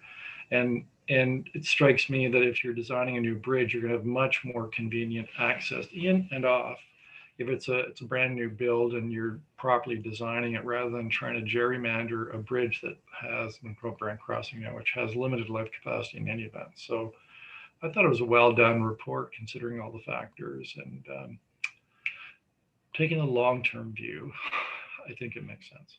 Thank you. Thank you, Mayor Davis. Councillor McCurry. Mr. Chair, thank you very much. A few questions through you to begin with. Can the consultant or staff answer yes or no whether the Brant Crossing Bridge is safe to use? At the current time, No, you would need to do that minor rehabilitation. Once you do that. Okay, that's fine. That's fine. So you say it's no. Does it bear its own weight safely? Yes. So it bears its own weight safely, and if you add in 20 or 30 folks on top of it, that live load makes it unsafe. The design and analysis of pedestrian bridges is not based on the everyday use. It's based on extreme uses. So if you were to have some sort of event down there where you would have a lot more than 20 or 30 people. Gotcha. So if you were to have 20 or 30,000 folks on that bridge, it would be a health hazard. I got it. Okay. Correct. Now you're estimating that the cost to put it right for a period of time is 125 to 150,000. Could you just touch on the high points of what that spend involves? So that spend involves confinement of the bridges. So on top of the piers and the abutments. So if it were to raise up, the water levels raise up again, it would hold it in place from the side loading, like what occurred in 2018, which caused part of that problem. And repairs to some of the actual pedestrian walkway. There's punctures through various parts of it from the flooding. So to raise that 0.8 of a meter would be about 32 inches. To raise that 32 inches is for what purpose? To keep people from being swept away if they're standing on the bridge and the flood comes? It's to prevent damage to it in the future, so that you wouldn't have to potentially close it and leave it closed for such as the last 3 years. But no, I think the city has an emergency plan that would prevent people from being on it during a flooding point or a flooding event. So, okay. And what you're describing at either end flies completely in the face of the AODA provisions. I can't see us implementing stairwells at either end of these bridges, since a variety of users use this, and it certainly brings everybody into conflict, as Councillor Vanderstelt said earlier. So then we come to the Ministry of Transportation design criteria. Does the Ministry of Transportation insist on rehabilitation following those criteria as well? Sorry, can you restate that? I'm not sure I follow. Well, you say that you want to raise it 0.83 meters because to ensure it meets the ministry's design criteria for ice jam events. Does that speak to new construction only, or does that speak to the ministry forcing every municipality to raise its bridge? So you do not have to raise it to meet changing standards. If you were to build a new bridge, you should be designing to those standards. Right. Okay. So that's not material to our bridge. It's simply your recommendation. It's a recommendation based on potential flooding impacts and damage in the future, and removing that risk of that becoming a bridge you can't cross. Right. But to be clear, it's not the ministry's mandate doesn't come into effect for this particular bridge. That's your recommendation. It's the recommendation of the study. Yes. Yeah. Thank you. Okay. Thank you very much, folks. Thank you, Councillor. I'm not sure who is next, but I have Mayor Davis and Councillor Wall for second time opportunity. So we'll go with Mayor Davis first. You're unmuted, Mayor. Sorry, I hadn't removed my hand. It was there from the first time around. A legacy hand, no problem. Legacy hand. Councillor Wall, please go ahead. I just want to separate item B2 of this for a separate vote, however that gets done. And then I'll just add to that, like, I have nothing against this bridge. It's not about that. It's just, I got people calling me about a lot of stuff and emailing me about a lot of stuff right now, and it's a lot of $1 million. Okay, thank you, Councillor. Councillor Vanderstelt. Thank you, Chair Weaver. Back to you, Jack. One of the older residents that I'm in contact with, who's had an awful lot of experience on the Grand River over the last, his entire lifetime, and the lifetimes of those ahead of him, brought to me the second bridge theory. So in short, I'll try to make it simple. The Lorne Bridge breaks up the ice flows and the flotsam and jetsam that's normally coming down the river is affected by the size and the shape of the ice flows. But the second bridge takes the brunt of the attack of the river, because everything's twisted and sideways and rolling down the riverbed. So is that also one of the reasons why you're recommending that we raise that bridge, just to get it out of the danger zone? I mean, if we've seen it happen once, we certainly wouldn't want to see the same thing happen again and dive another $3.8 million into the river, correct? Correct. I can't quite speak to the flow mechanics of the river. It's not my specialty, but from discussions with our subconsultant that did do that, the point is to get it up out of the river to reduce the likelihood and the occurrence of those flooding, the ice jams hitting the bridge and hitting the side of it and damaging it, right? So raising it up will reduce the reoccurrence and even almost eliminate, can't completely eliminate as noted in the presentation, but raising it will maintain that it could potentially be reopened in the next day or two after a flooding event versus months or years. But I don't think this is a matter of abundance of caution. I mean, 25 years from now, if we don't raise the bridge, another flood comes along and takes this one out, I think it'll be pretty embarrassing for members of this council, although they may not be aware of it, that we didn't take that extra step to make sure that we stopped well, history from repeating itself. Am I off base there, or? No, so we did look at other alternatives for the Brants Crossing Bridge. It is in a lot of the steel superstructure, the trusses, the girders will need a major rehabilitation in 5 years if you don't replace it and if you continue to want to use that crossing.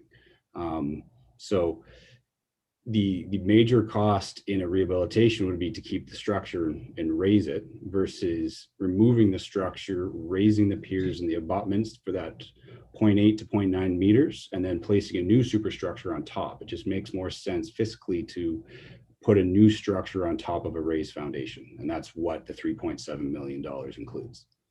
Okay. Thank you, Jack. I have a good sense that we shouldn't be throwing good money after bad. So thank you, Mr. Chair. Thank you, Councillor. Councillor Martin. Thank you, Mr. Chair. Through you to the presenter, Jack. The Brants Crossing Bridge on the west end, the trail is higher than the bridge. You actually come downhill to get to the bridge. Does it not make more sense to have that level from the trail to the bridge instead of going down and then back up a switchback and stairs and all kinds of nonsense like that?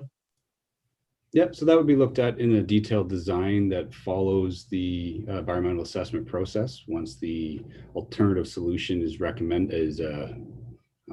reviewed and voted on by council. So on one end, the park side, so the east side is, the park is lower than the bridge. On the west side, if there's a little bit of a dip, definitely you would not be looking at putting a switchback or any of that. You're trying to make it as accessible as possible from that side. So that might include raising the grades in the area to give you an access to the bridge without dipping. Okay, and on the east side, would there be a ramp for bicycles that doesn't involve switchbacks? Again, a detailed design factor there. You could potentially have something in there. Typically what you would see at the ends of these would be stairs that people could walk up along with a switchback for accessibility. You could potentially make that switchback wider, but we'd have to look at the detailed aspect of that following the study. Yeah, switchback doesn't really work well on bicycles. Okay, thank you. So that could be a mitigation measure that we would note in the file and do make sure we address during the detailed design. Thank you. Thank you, Councillor. I see no other questions. I just have a couple. So first, when we're going through the process to figure out, the placement and where it's going to go, and then eventually we'll get to a point where we have all of our signage in the city. that's going to have a bridge that's not actually open anymore. So are we able to also add to the budget for this project the replacement of those signs? And perhaps there's some grants that we could get to do that work, but I would just hate to do the work. And then I think historically it's then been left up to Parks and Rec to try to figure out their signage. And I really don't think that's appropriate in this manner. So I see Indy has a comments. Yeah, to you, Mr. Chair.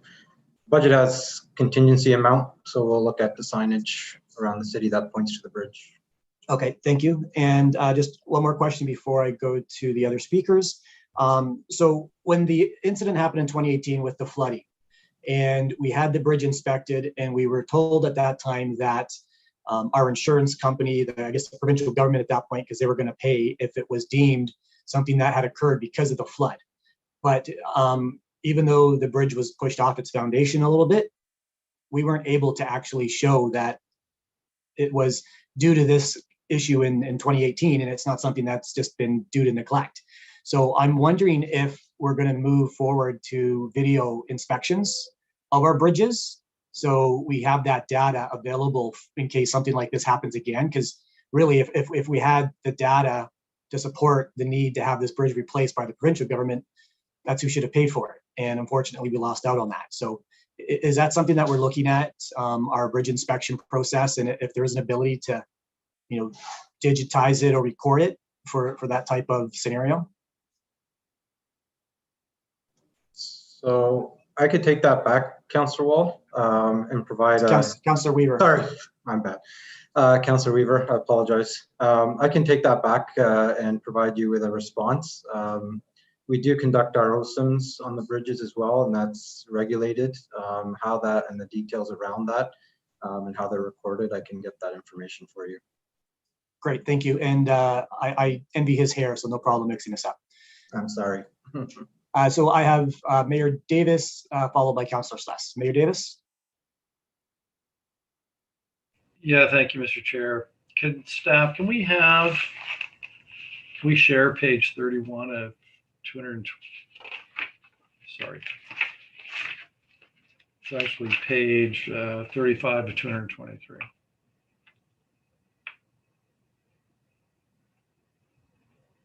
So the executive summary on this report. Are you requesting that to be on the screen, Mr. Mayor? Yeah, because I think it would be great for the viewer to see it. Summarizes everything.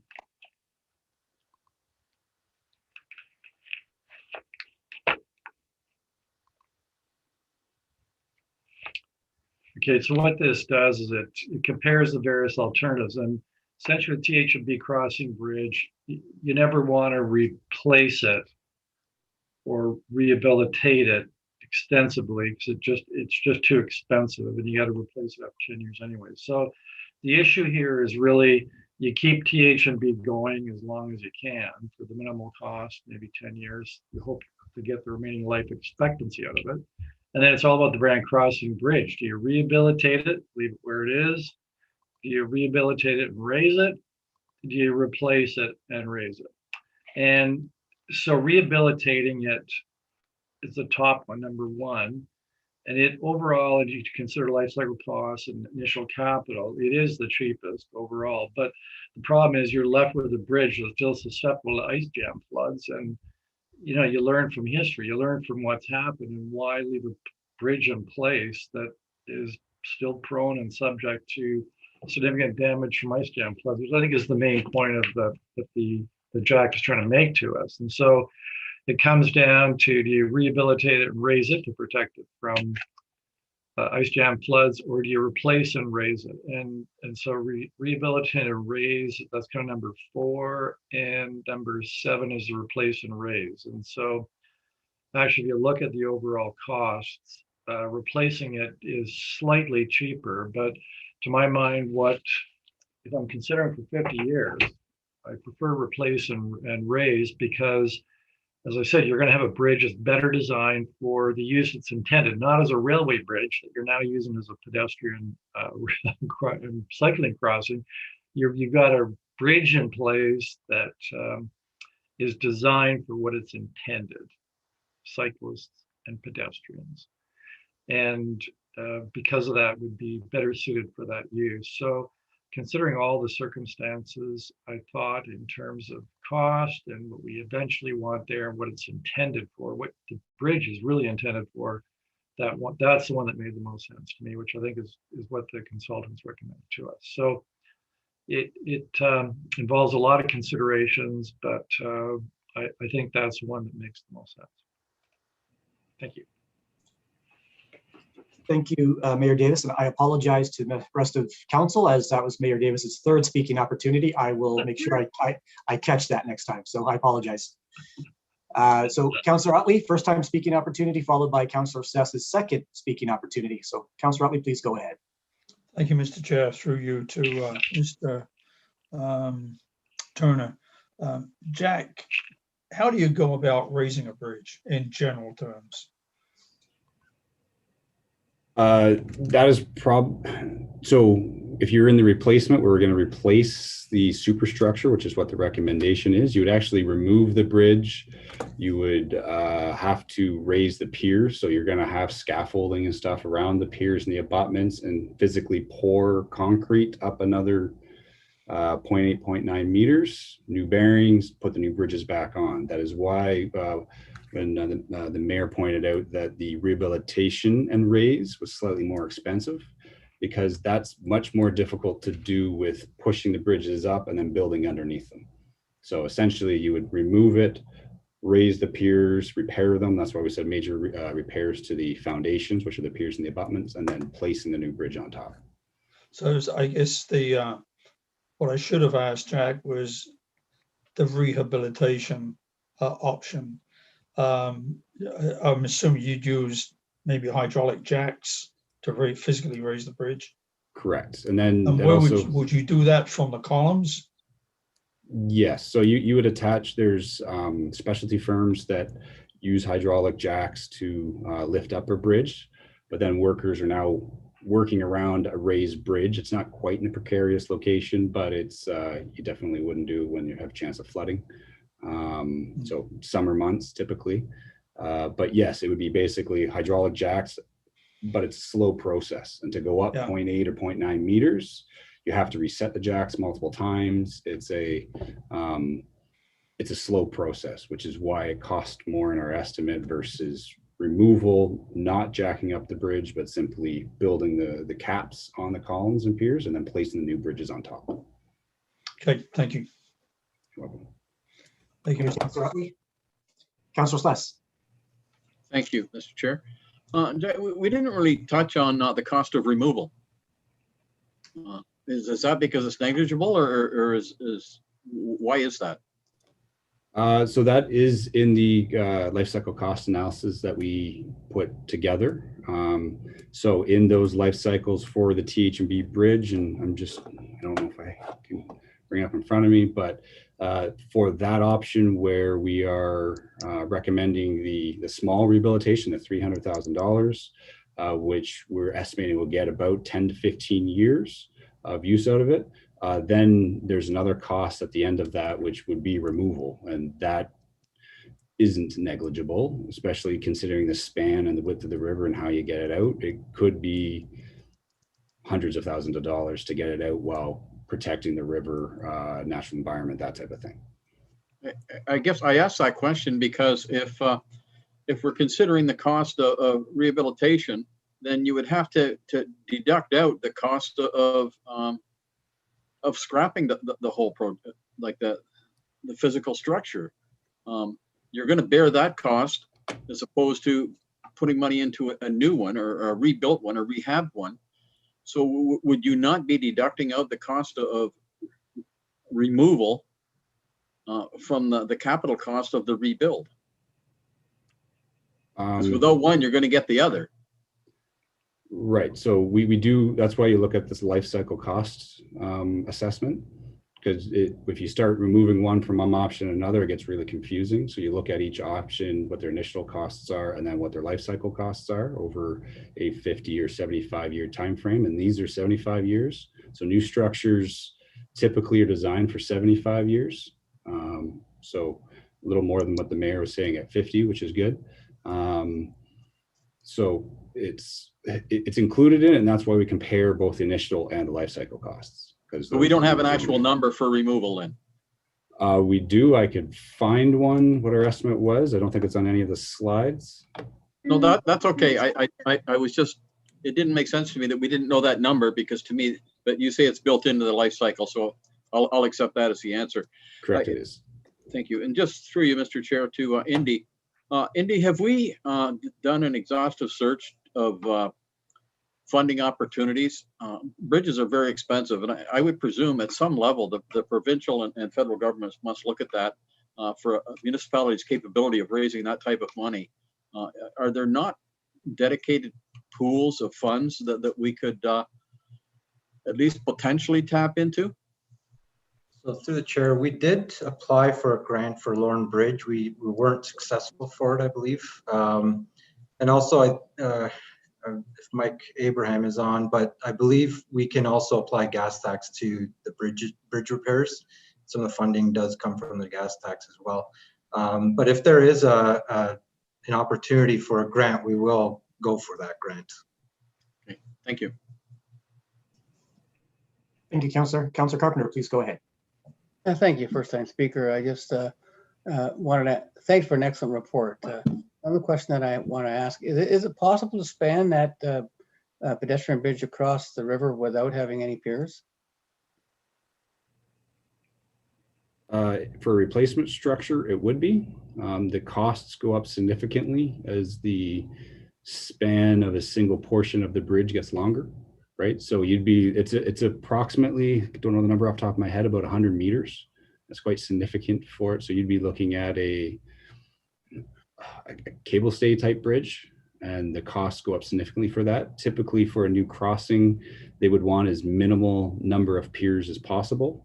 But since the piers are here and the natural environment has recoalesced around it for the last, I think it's 1912, so about 110 years, we're proposing to reutilize the piers, not remove and replace, but repair and then raise them so that we're not impacting the natural environment. But if you were replacing it, yes. Thank you. Full span is prohibitive, but utilizing the piers makes good economic sense. Correct. Thank you. Thank you for answering that question.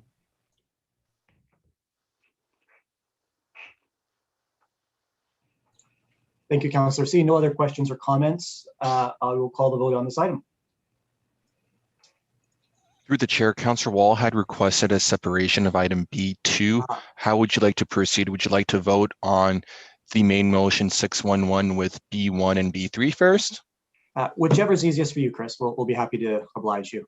Okay, so we'll start with item 611 with item B1 and B3. So I'll display it on the screen so members of council know what they're voting for. Okay, and I'll cast the vote.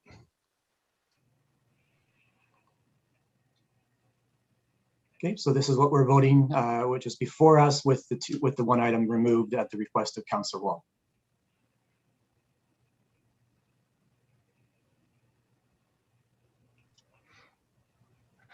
Item 611 with a separate item of B2 carries unanimously on recorded votes. Members of the committee voting in favor are as follows: Councillors Vanderstelt, Sless, Marn, Wall, Van Tilburg, Carpenter, McCreary, Utley, Weaver, and Mayor Davis.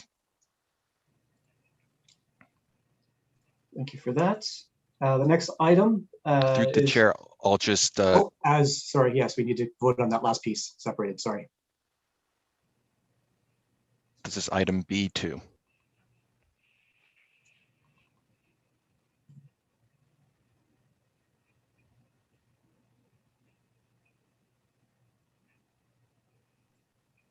Item B2 carries on a recorded vote of 9-1. Members of the committee voting in favor are as follows: Councillors Vanderstelt, Sless, Marn, Van Tilburg, Carpenter, McCreary, Utley, Weaver, Mayor Davis. Those opposed, Councillor Wall. Thank you for that. So now on to our next item, which is 6.1.2, and it is a community safety wellbeing plan. And so I would like to call upon Erin Wallace, who's the Director of Community Programs and Social Development, Pam Pacheco, Manager of Community Partnerships, and Brad Smith, Community Development Coordinator, to commence the presentation. And please note you have 10 minutes, including questions. And staff can begin as soon as you introduce yourselves.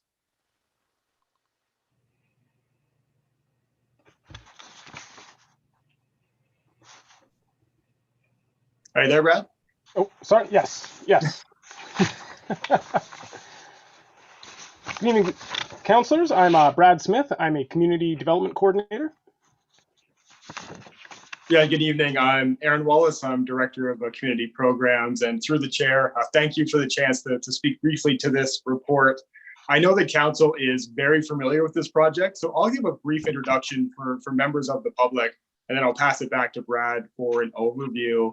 So the province of Ontario has required that all municipalities complete and get approved by council what they call Community Safety and Wellbeing Plan prior to July 1st. And so some of the reasons for that have actually been very well articulated by committee already this evening. But so in very brief, cities are in a really unique position to work on some of these issues and well-being promotion, and really are often the center of gravity in terms of some of these challenges and opportunities. So the legislation also says that we have to work with an advisory committee to develop this plan. And this advisory committee must include members from police, from the health sector, from the youth services sector. And Brad will speak a little bit more to that as we go. So we've been working with that advisory committee for better than a year with some starts and stops due to the COVID restrictions. And so council, remember, we came to council in March with our draft priorities for approval. We wanted to make sure we were on the right track in terms of linking this up with council's priorities and some of the initiatives that would ultimately be within this plan. So council approved that in March and directed us to go back to the advisory committee and build out the rest of the plan. So we can move to the next title slide. So one of the things that we wanted to make sure is that this was linked very closely to council's priorities. And so when we went to the advisory committee on May 5th, we had a discussion there about the final plan. And then we received unanimous approval for the plan and to move it back to council this evening for discussion and final approval. So if we just go to the next slide, apart from the deadline of July 1st and the advisory committee, really it was pretty wide open in terms of what the province required us to put in those plans. But we do know where these plans can be especially successful is where the municipality focuses on those areas where they can have a lot of impact. And so in some areas like traffic safety and housing, we play a leadership role. We put work on the ground and we are often the center of gravity for those discussions in the community. For some issues like seniors programming, we are more part of the supporting cast. There's lots of agencies that do this work. We want to be available to write grants and support our community partners. We're more broadly part of a collective effort within that area. And with all issues, and council again has articulated this well tonight, sometimes the role of the municipality is to advocate. It is to be a loud voice on behalf of the community. We know municipalities are often the first to see challenges. They're often the first to see solutions.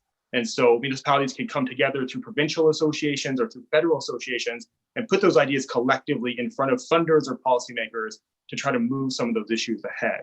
So as Brad goes through the plan, you'll see sometimes we're at the front of the stage in terms of a leadership role on some of these initiatives, and sometimes we're further back in a supporting role or just being a voice for the community. So I'll stop there and I'll hand it over to Brad for an overview of the plan.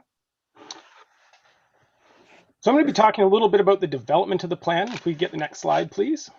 Aaron had mentioned our advisory committees. This is made up out of, there are 21 members on it, including Laurier, Conestoga, Aboriginal Health, the hospital, Brant County Health Unit, the police, St. Leonard's. There's more. They're all included in your in the report as well as in the plan itself. I know I missed some there.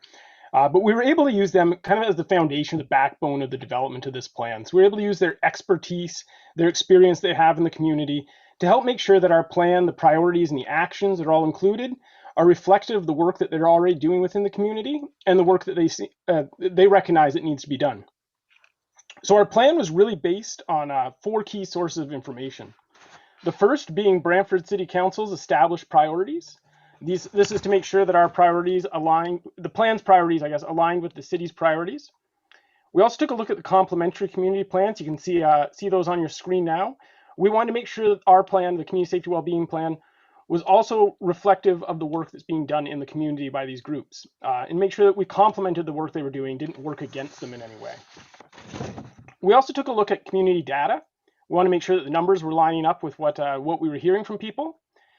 And we did a lot of community consultation. So we met with a lot of our key stakeholders. as well as we use the Let's Talk Brantford engagement tool to reach out to that broader community and collect feedback from them on the priorities and the direction we were heading with the plan. If I can get the next slide, please. So our plan is made up out of 6 priority areas, and within those priority areas, we have 25 key actions. So the 6 areas are up on your screen now. I'll quickly go through each of those for you and just touch on a few of the actions there. So the first being affordable housing. This is only in alphabetical order, no other particular order. With the first being affordable housing. So one of the actions that we have here is supporting the Mayor's Housing Partnership Task Force Action Plan. This is a plan that's been recently brought forward to Council for their approval. It has a blueprint and a plan to help increase the inventory of affordable housing. This is something that we heard a lot from our community consultations, and our data let us know that affordable housing, we need to increase the stock there. There's already a plan, a blueprint, so we're making sure that these 2 plans align with one another. Another priority area is children and youth. One of the actions here is to update the Together for Youth strategy. This was last done in 2015, and it's just in need of an update. The youth who would have informed this plan are probably not even youth anymore, and we just want to make sure that our youth plan, our youth strategy is reflective of what the youth today want to see. What we're hearing from them already is that they want to see more opportunities for leadership development or peer mentorship programs. And there's also some talk about decentralizing the recreation services that we have within the entire community. We've also included diversity and inclusion. One of our actions here is to build a diversity and inclusion plan. So this is going to build on the early successes of the Brantford Immigration Partnership, sorry. They've already done a great work at bringing together nonprofits, faith groups, and cultural associations. We're also going to be working with partners like Laurier and Conestoga with their expanding international student programs. And we're going to be working with all these groups together to make sure that we're benefiting the social and economic factors that help make Brantford a welcoming community for everyone. Older adults is another priority we have. Here we're going to be updating our healthy aging plan. Much like our youth plan, it just simply is in need of an update.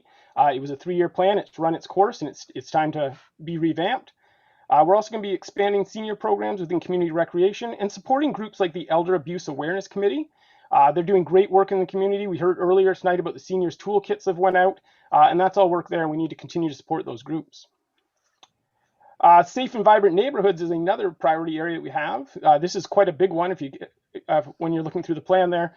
We're looking at improving the municipal capacity for bylaw enforcement and downtown security, and this action will provide a layered approach to security and create options for a stratified response to concerns within the downtown core.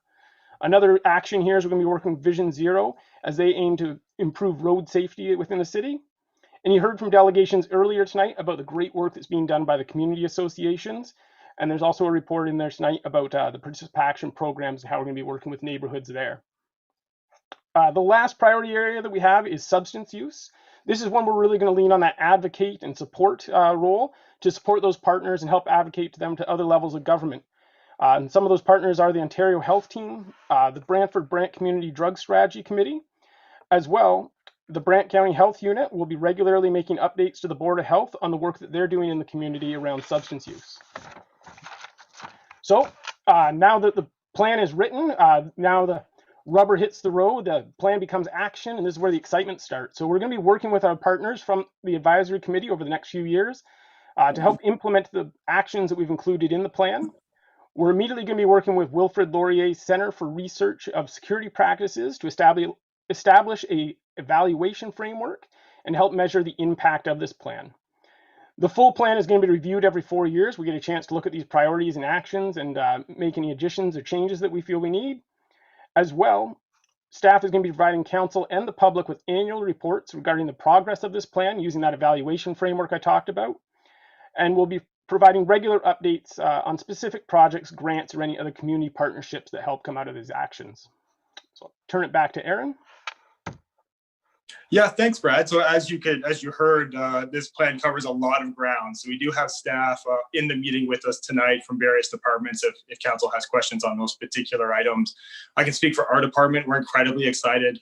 Mayor Davis articulated this well earlier in the meeting around this opportunity to bring together recreation and social programs and seniors programs and programs for children, bring those to neighborhoods and really kind of create that environment of, connection to service and kind of upstream opportunities. So we're really excited to be a part of this plan. We think there's a lot of things in there that are already happening very excitingly, and there's a lot of good work that's going to happen. So we'll stop there, and I'm happy to take any questions.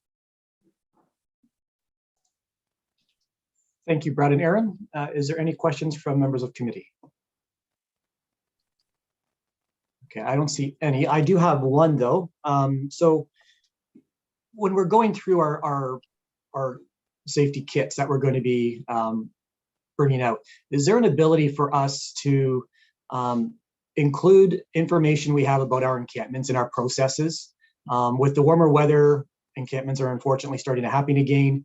We do have a process, a very robust process that it seems every year people forget. And so perhaps we could just automatically do a press release on April of every year, just so everyone's familiar with when they see them, what steps should they take, who to call. Is there an ability to add that to this process, Aaron? Yeah, through the chair, absolutely. Like you mentioned, there's a protocol that's been established. So Lori Don and I can take that back, and we can include that as information for sure. Great. So seeing no other questions, I will call the vote on this item.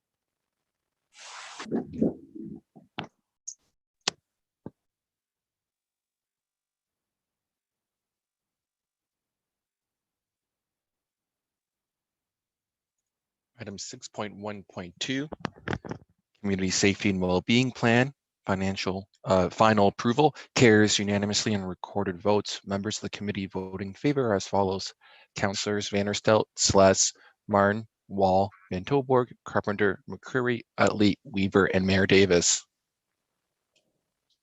Thank you for that, Chris. So that brings us to item 6.17, and that was separated by Councillor Utley. Thank you, Mr. Chair. First, I'd like to thank staff for an excellent report. And I must say the 9.4 stolen property and results to date, that reading just appalled me at the amount of theft from our treasured sites and cemeteries. It's disheartening to know, just how low some people will stoop to conduct these criminal activities, senseless activities. I do have a question through you, Mr. Chair, to staff, and it looks like even aluminum plaques are being stolen as well. But are we having any success at all with aluminum or other materials?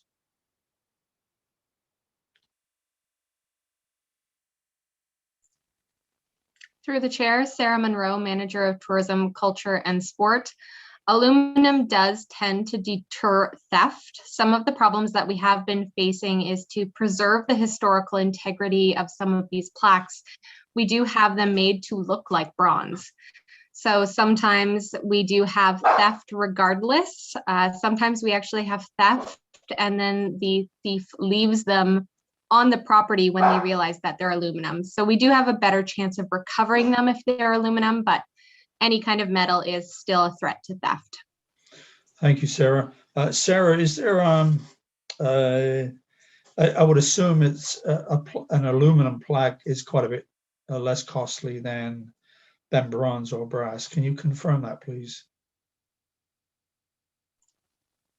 Through the chair, yes, absolutely. That is one of the reasons why we use it as a replacement material when it is an option to do so. Yeah, thank you, Sarah. This is, you've done a great job with this report. It's really a sobering reading, and I would hope our local scrap dealers are going to help us in this regard, but my suspicion is that a lot of it gets taken out of town to more unscrupulous dealers. So thank you, Mr. Chair. Thank you, Councillor. And I'm not seeing any other questions or comments for this item, so we'll call the vote.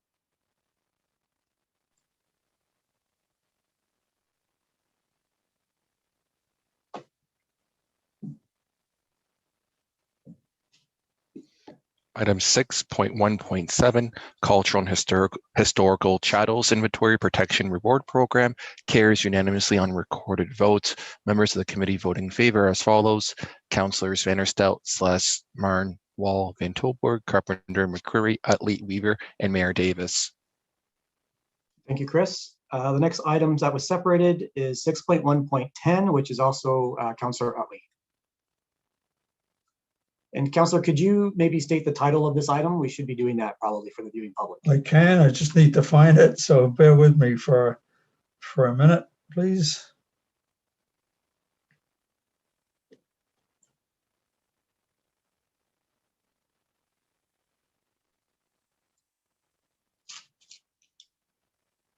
So it is on the screen, Councillor Utley, and just the title. Oh, there we go. Just the title would be appropriate, I think. Okay, and that is Walter Gretzky Lord Mayor Tribute Bust and Branch 90 Legion Cairn Public Art Proposals.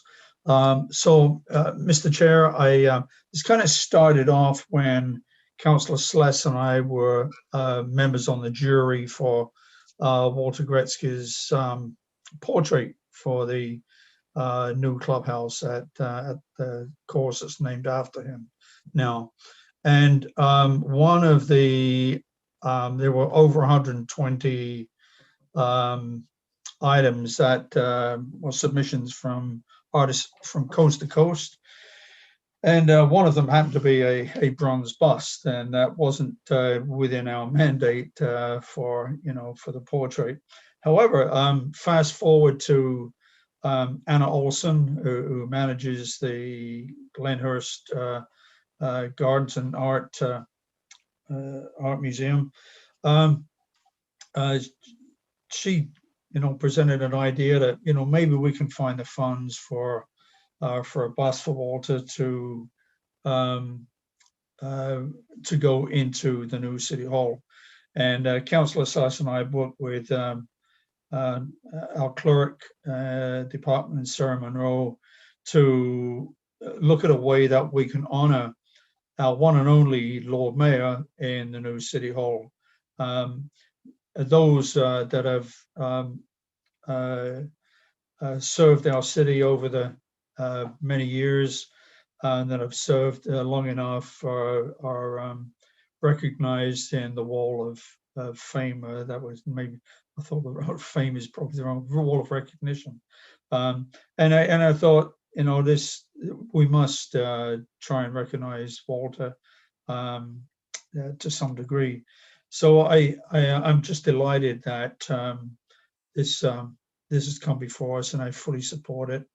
And I'm also, to have included in in this resolution is the cairn at the at Branch 90 Legion, and I think that's very moving as well, and it'll be moved to a place at Mount Hope Cemetery, I hope, and be protected there, and hopefully there won't be any theft from that place of honor for our fallen soldiers. So with that, the only question I have, Mr. Chair, through you to staff, is have we contacted the Gretzky family regarding this honor to Mr. Gretzky?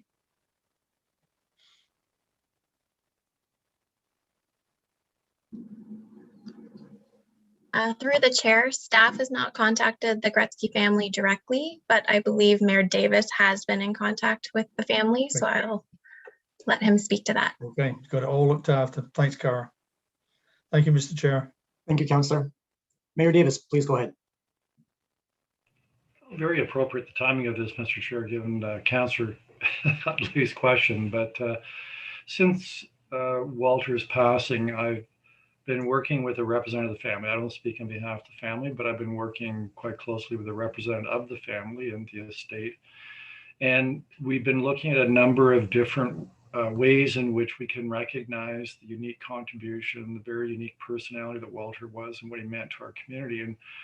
And there you'll hear more about some other initiatives coming forward.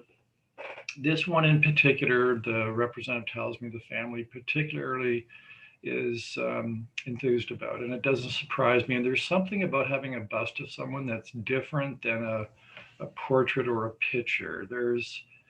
It's hard to describe what it is, but it almost speaks more of the person, maybe because it's 3D, or that's probably a large part of it. But so I think it, from what I've been told by the representative, it means a lot to them, and they do support it, and they've been provided the details.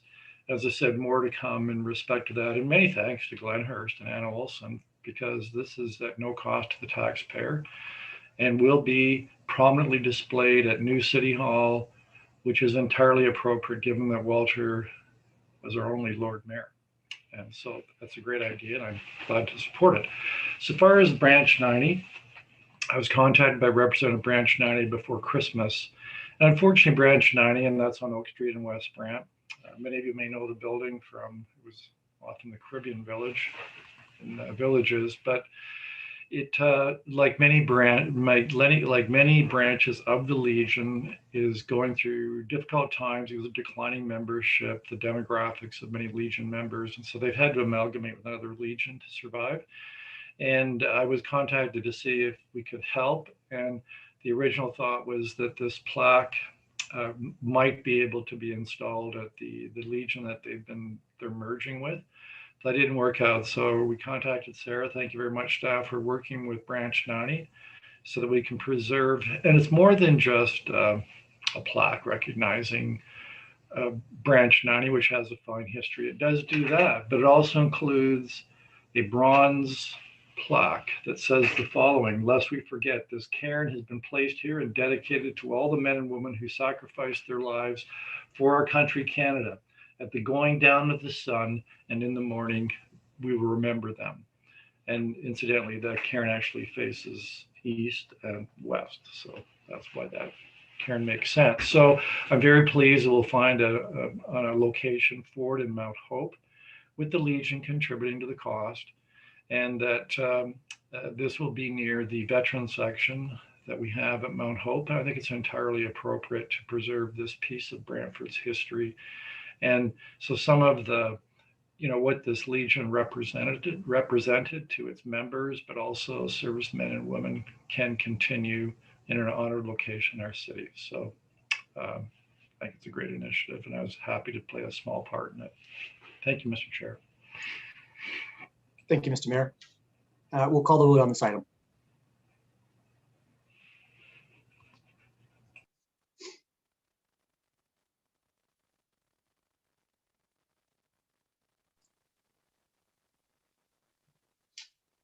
Item 6.1.10, Walter Gretzky, Lord Mayor, Tribute Bust and Branch 90 Legion Cairn Public Art Proposals, carries on a recorded vote unanimously. Members of the committee vote in favor are as follows: Councillors Vanderstelt, Sless, Marn, Wall, and Tilburg, Carpenter, McCreary, Utley, Weaver, and Mayor Davis. Thank you, Chris. That brings us to resolutions on our agenda for tonight. Resolution number 7.1, which is a Francis Street traffic control. That was dealt with earlier. So that takes us to 7.2, which is Project Noisemaker, and that's being brought forward by Councillor McCreary. So Councillor McCreary, can you move your motion, please? Chair, thank you very much, and you're doing a fine job tonight. Councillor Martin is the seconder on this resolution, and it reads as follows. Whereas unnecessary and excessive vehicle noise prohibited by the Highway Traffic Act is enforceable by Brantford Police Service, and whereas unnecessary and excessive vehicle noise is often accompanied by other illegal vehicle modifications, unsafe vehicle conditions, and aggressive driving, and whereas unnecessary and excessive vehicle noise has an adverse impact on quality of life for many people, and whereas vehicle noise complaints from constituents have dramatically increased in number since COVID lockdowns and work from home restrictions have been in place, and whereas police blitz is referred to as Project Noisemaker, carried out in other municipalities such as Halton, Peel, and Hamilton, are very successful in reducing unnecessary vehicle noise levels and simultaneously raising awareness of this Highway Traffic Act offense. Now therefore be it resolved, the City Council requested a targeted campaign to enforce unnecessary and excessive vehicle noise be undertaken by Brantford Police Services during the summer-fall of 2021. And B, this resolution be introduced at the next meeting of the Brantford Police Services Board by City Representatives Councillor Martin and Mayor Davis for consideration as an additional community policing priority. And C, that City of Brantford Bylaw Services enforcement staff work in consultation with Brantford Police Services to explore a possible partnership between both agencies to work together in conducting an enforcement blitz targeting excessive vehicle noise due to absence of or modification of vehicle mufflers and other illegal vehicle modifications during the summer and fall of 21. Mr. Chair, let me just speak briefly to this. Two items that bear consideration. Number one, a lot of people are working from home, and you can often hear it when you're on a Zoom call with somebody. You can hear a noisy car going down the street, and you actually have to pause to regroup once that's passed. And the other thing is that Councilor Martin and I have been receiving complaints from residents at 640 West Street now for a number of years, and that's one area that's particularly hard hit because it's a major intersection and it's a residential neighborhood for those folks. There's really no need for us to continue to allow this type of thing to happen in our community. It really has become one of the top 3 concerns that we hear from our constituents. And we see patterns in other communities where the police services have undertaken to blitz this kind of behavior, and it's proven to be extremely effective, taking modified mufflers off cars, finding folks where necessary, getting compliance. And I think if we can all support this tonight, we go a long ways towards making our community a lot more enjoyable for the folks that all they want to care about is enjoying a little peace of quiet in their own homes. Thank you, Councillor. Councillor Wall. Thanks, Chair Weaver. I'm going to share a quick story. Promise, be quick. When I was a kid, one of my favorite things was on the weekends, my dad used to take his motorbike out and we would go and we would travel on the bike. And it would be first thing in the morning, as soon as the sun rose, so we could kind of spend the whole day out on the bike. And my dad was the kind of guy who would take the bike and walk it down the driveway, and he would start it in the middle of the road because he was conscious of how loud starting up his bike was to the neighbors. And like, I don't know, I'm thinking about the story because I was thinking about saying it as we were going. I'm like, I don't know that made a difference. But I remember my dad caring so much about the sound of his motorcycle not waking people up first thing in the morning. And it's just something that I remember. And if you live in Brantford, and you ever visited anybody who lives on a main artery in this street, there's just some obnoxious people out there. And I just don't get it. This resolution isn't about punishing people. I don't think that's what this is. I think it's about respect. There are ways to modify your vehicle however you want, but when you start infringing on other people's peaceful enjoyment of their homes and of their workplaces and times with their family, that's when you're just being inconsiderate. And you know what? Sure, you want to show off. There's a time and a place for everything. And I think it was Julia Stiles that said, everything in moderation, including moderation. This is a rule that shouldn't have to exist. We shouldn't have to tell people not to be inconsiderate. Take a little bit of advice from my father and, be respectful of your neighbors. Because you know what? Yeah, it's great to have an awesome motorcycle and to start it up. But if you're just going to be ignorant, or you're going to have a tuner and you're going to have a supercar, great, have a supercar. That's amazing. I'm excited for you. Don't be ignorant. Please, be respectful of your neighbors and your fellow residents. Because I hate this. I'm angry. Councilor McCurry, you're amazing. But I'm mad that you have to bring this resolution here tonight because I don't want to support it. Because this is just another one of those rules for the sake of rules because people can't be respectful of one another. And that to me is putting this council in between a rock and a hard place because there's bigger problems in this city to worry about than people being inconsiderate. But I got to tell you, Freedom of Information Act me because it's happened before. You look at the emails I've got in my inbox from people of this community complaining about this exact problem. We can't ignore it. That would be inconsiderate. So here we are tonight. So thanks, Dad, for being considerate. And thank you, Councilor McCurry and Councilor Martin, for bringing this forward because you're going to make a lot of people happy. And to anybody who's upset about this rule, it's your own fault. Thank you, Councillor Wall. Councillor Stoss, followed by Councillor Vanderstel. Thank you, Mr. Chair. I'd like to thank the councillors for bringing this forward. It's something that we deal with all the time. I know the folks that live in behind King George Road complain constantly of the raceway on the weekends, flying up and down King George Road. And the same thing happens on Brad Ave, and the same thing happens on St. Paul. And it, again, it is inconsiderate. And I think it's good, and I hope the blitz lasts for a lengthy period of time. I hope it's not a 2-day or a weekend blitz, but I hope it's substantial to where they can, I think, nail down as many as they can that are doing these illegal things. The question I would have is the music that some of these cars emulate is almost as bad as the muffler systems. You can vibrate glass. You can't hear in your own car, so I'm sure it's not safe in the car where it's originating, because they can't hear a train whistle. They can't hear anything. They can't hear a horn because the music is so loud in that car, and the bass is coming out of it to the point that it's obnoxious. I don't understand why people think it's enjoyable, because it's not. So I don't know whether that's included in this resolution when it's talking about noise. But that's certainly noise, I think, that should be looked at. And it's something that, again, it's very annoying to be stuck behind a car or beside a car or live beside the road that these boom boxes are played that are within cars. So I would hope that would also be looked at the time they're looking at this. Thank you, Mr. Chair. Thank you, Councillor Sless. Councillor Benestell. Thank you, Chair Weaver. Councillor Walls is a tough act to follow, I'll tell you that. And I kudos to you, Councillor Sless, for doing it. Well done. I thought he'd taken all the air out of everybody's sense. Yeah, no, the unnecessary nature of this purchase. People actually go out and purchase these units that make other people's lives difficult and attach them to their car. You know, as if they don't care at all about shift workers, about the ill, about children sleeping. It's almost as if they've given up completely and no longer care about the neighborhoods they live in. I do have a bit of a question. I don't know who might be able to answer it, but in terms of enforcement, are we looking at a sporadic schedule of enforcement throughout the city as complaints come in, or we're looking for monitors in the high risk areas?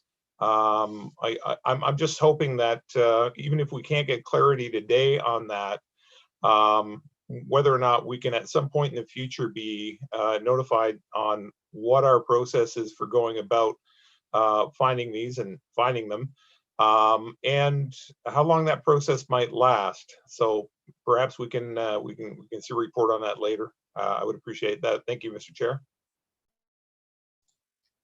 Thank you, Councillor. Next up, I have Councillor Martin, followed by Councillor Carpenter. Thank you, Mr. Chairman. And thank you to Councillor Sless for bringing up the idea of the noisy sound systems, music systems that some of these people put into their cars. When this comes up at the Police Services Board, I'll also bring up that issue and make sure that that's included in the blitz that goes forward. We're also hopeful that once the new noise restrictions are passed by council for the bylaw, that we'll have some bylaw enforcement officers dealing with some of these issues. When we know where the address of the noisy car is, we can have bylaw pay a visit to the location of the property and get them that way. Because it will be a low priority for the police. Unfortunately, they have more important things that they need to be addressing.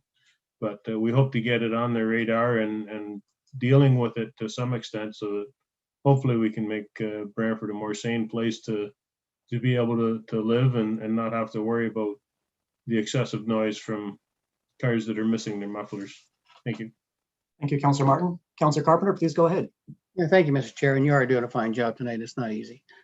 Thank you to Councillor McCreary and Councillor Martin for bringing this forward. I know when we did our noise bylaw review, they will remember the complaints we had about 640 West Street, and that's because it's between two apartment buildings on West Street, and when the cars go through there, it echoes out both apartment buildings quite loud. So I agree with this motion. I just want you to keep in mind, though, when motorcycle owners, when I talk to them, I ask them, why is your muffler so loud?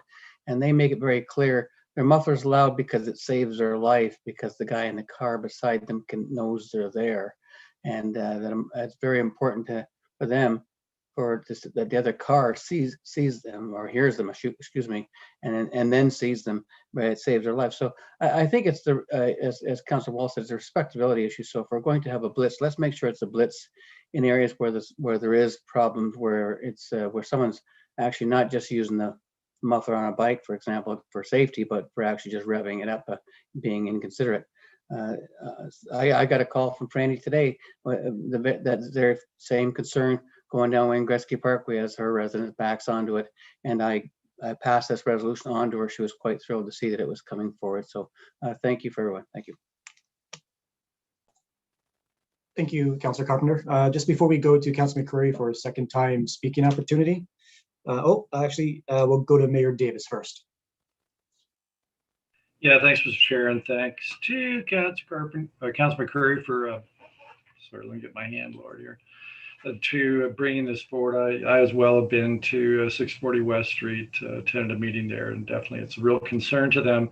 And also people really need to realize that Councillor Martin and I do sit on the Police Services Board. We're 2 of 5 members, kind of similar to the health unit situation.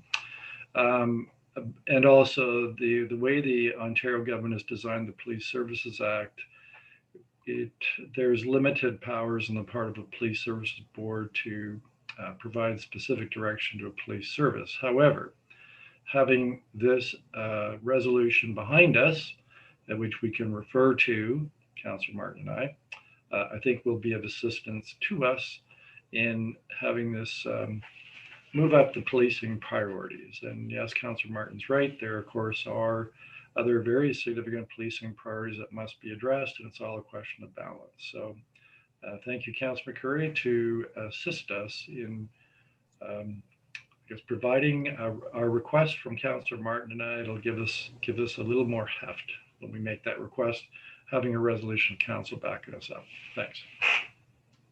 Thank you, Mayor Davis. And just before we go to the second time speakers, I'll just make a couple comments.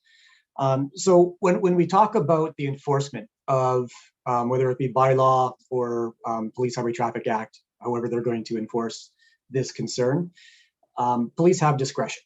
And what I have a concern about is, I think if we take a look back a few years ago when we had a schedule of fines, and I think the general schedule for something like noise was like $110. And I think council at some point in time increased that, I think almost threefold, or it's somewhat higher now. And I think what we've actually, if we go back and look at the data, we're going to actually have less tickets being issued by enforcement. So I think we might need to actually take a look at the schedule of fines and see what that number is, and maybe see if it is something that our enforcement groups consider that to be a reasonable fine for this type of infraction.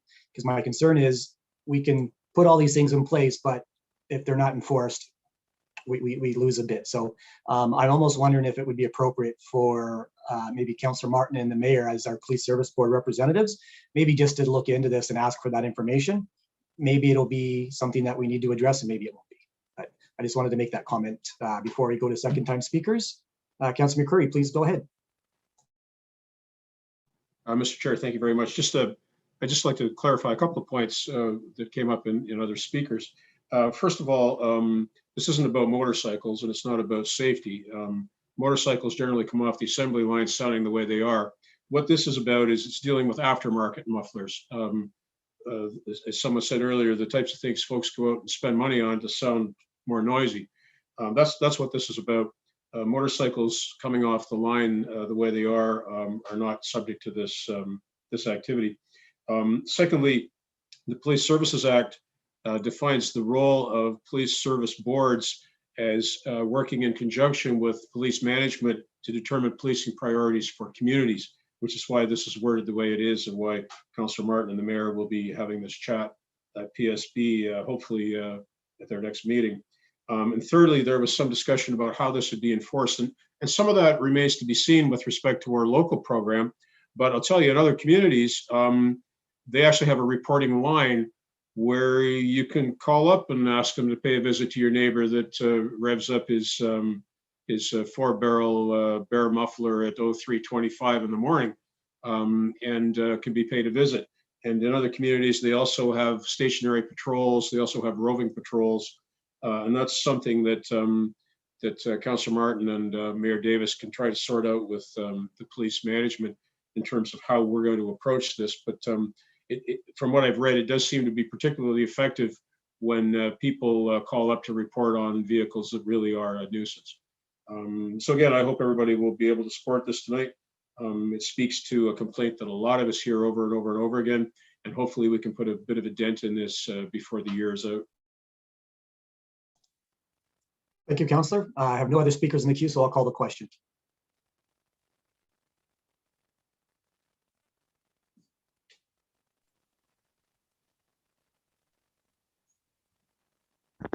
Item 7.2, Project Noisemaker, carries unanimously on recorded votes. Members of the committee voting in favor as follows: Councillors Vanderstel, Sless, Martin, Wall, Van Tilburg, Carpenter, McCreary, Utley, Weaver, and Mayor Davis. Thank you, Chris. Next item on our agenda, 7.3, Community Safety Zones. Councillor Vanderstel, please go ahead and read your resolution. Thank you, Councillor Weaver. Moved by myself, seeking a seconder. Oh, I see it, Greg Martin. I see Councillor McCreary. Yep, just call it whomever you like, Councillor. I can't see all the names. I think I've picked Councillor Martin, if that's all right. Seconder, thank you. 7.3, whereas the city of Brantford is a Vision Zero community with a goal of reducing traffic fatalities to zero. And whereas the City Council adopted the Vision Zero Road Safety Strategic Plan on April 27th, 2021. And switching screens, whereas staff have indicated a study to complete a high-level analysis of the automated speed enforcement ASE, including the implementation of community safety zones, and whereas community safety zones are a strategy used by municipalities to encourage safer driver behavior through increased fines for speeding, and whereas municipalities are required to first establish community safety zones or school zones prior to introducing ASE, or automated speed enforcement, and whereas public consultation is required to establish the community's desire for community safety zones and to determine the capacity for them to be enforced. Now, therefore, be it resolved, A, that staff be directed to engage the public through a Let's Talk Brantford campaign and with ward councillors to determine potential locations for community safety zones and implementing a 40 km per hour speed limit in areas identified as community safety zones. And B, that staff be directed to engage with community partners, including Brantford Police Services, of course, and Provincial Offences Court, to determine the community capacity to enforce penalties related to community safety zones. And C, that staff be directed to investigate the requirements for implementing community safety zones and report to the Vision Zero Road Safety Committee in Q3 2022 with an implementation plan for community safety zones, including public engagement results, timelines, costs, I guess, communication plan, and locations for consideration. And speaking to it further, Mr. Chair, I fully am aware of the fact that I'm just standing on the shoulders of giants here.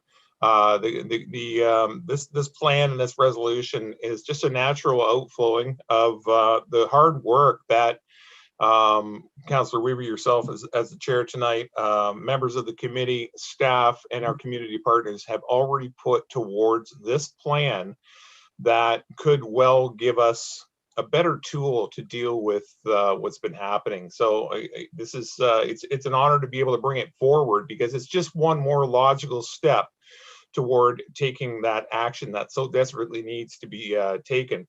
And to put a finer point on it, we receive calls on a regular basis from mothers, from fathers, grandmothers, grandfathers who are just absolutely petrified about the high speeds of traffic through residential neighborhoods, among others.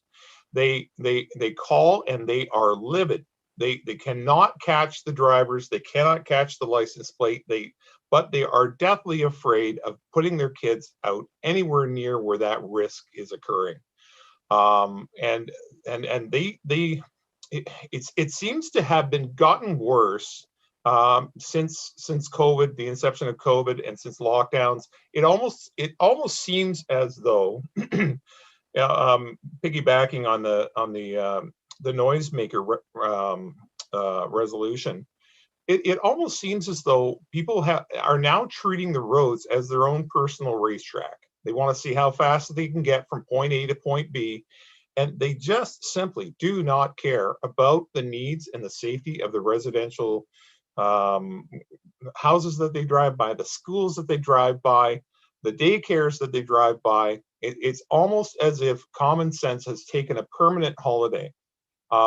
This may serve, I certainly hope it does, this may serve, along with Brantford Police Services, with the tools that we desperately need, like I said, to curtail this type of reckless endangerment. That's what I call it. When people call me and they complain, I say, you're absolutely right. They're breaking the law. This is reckless endangerment of your children, your family. And we're gonna do something, that whatever we can, to make sure that we get a handle on this. I wish I could donate my minute left and my other 4 minutes left. I don't know, Mr. Chair, if there's a way to donate time, but based on your experience in that position, I would certainly love to designate the last 5 minutes of my speaking opportunity to you. So thank you. And I hope for unanimous support on this. Thank you, Council. Thank you, Councillor. Is there any further speakers to this item? Councillor Martin, please go ahead. Thank you. Recently at the Police Services Board, we had a presentation about a company that's doing enforcement of stop arm problems with school buses, people driving past a school bus with the arm extended. And it's a program that is no cost to the municipality. And in questioning them, we found that they're also looking at doing speed enforcement under the same model. They'll set up the locations. There'll be no charge to the municipality. They take a portion of the fines as their expense. So we're hopeful that we can see that model implemented in Brantford. I think it's something that's very much needed. And Councillor Vanderstel touched on one point with COVID.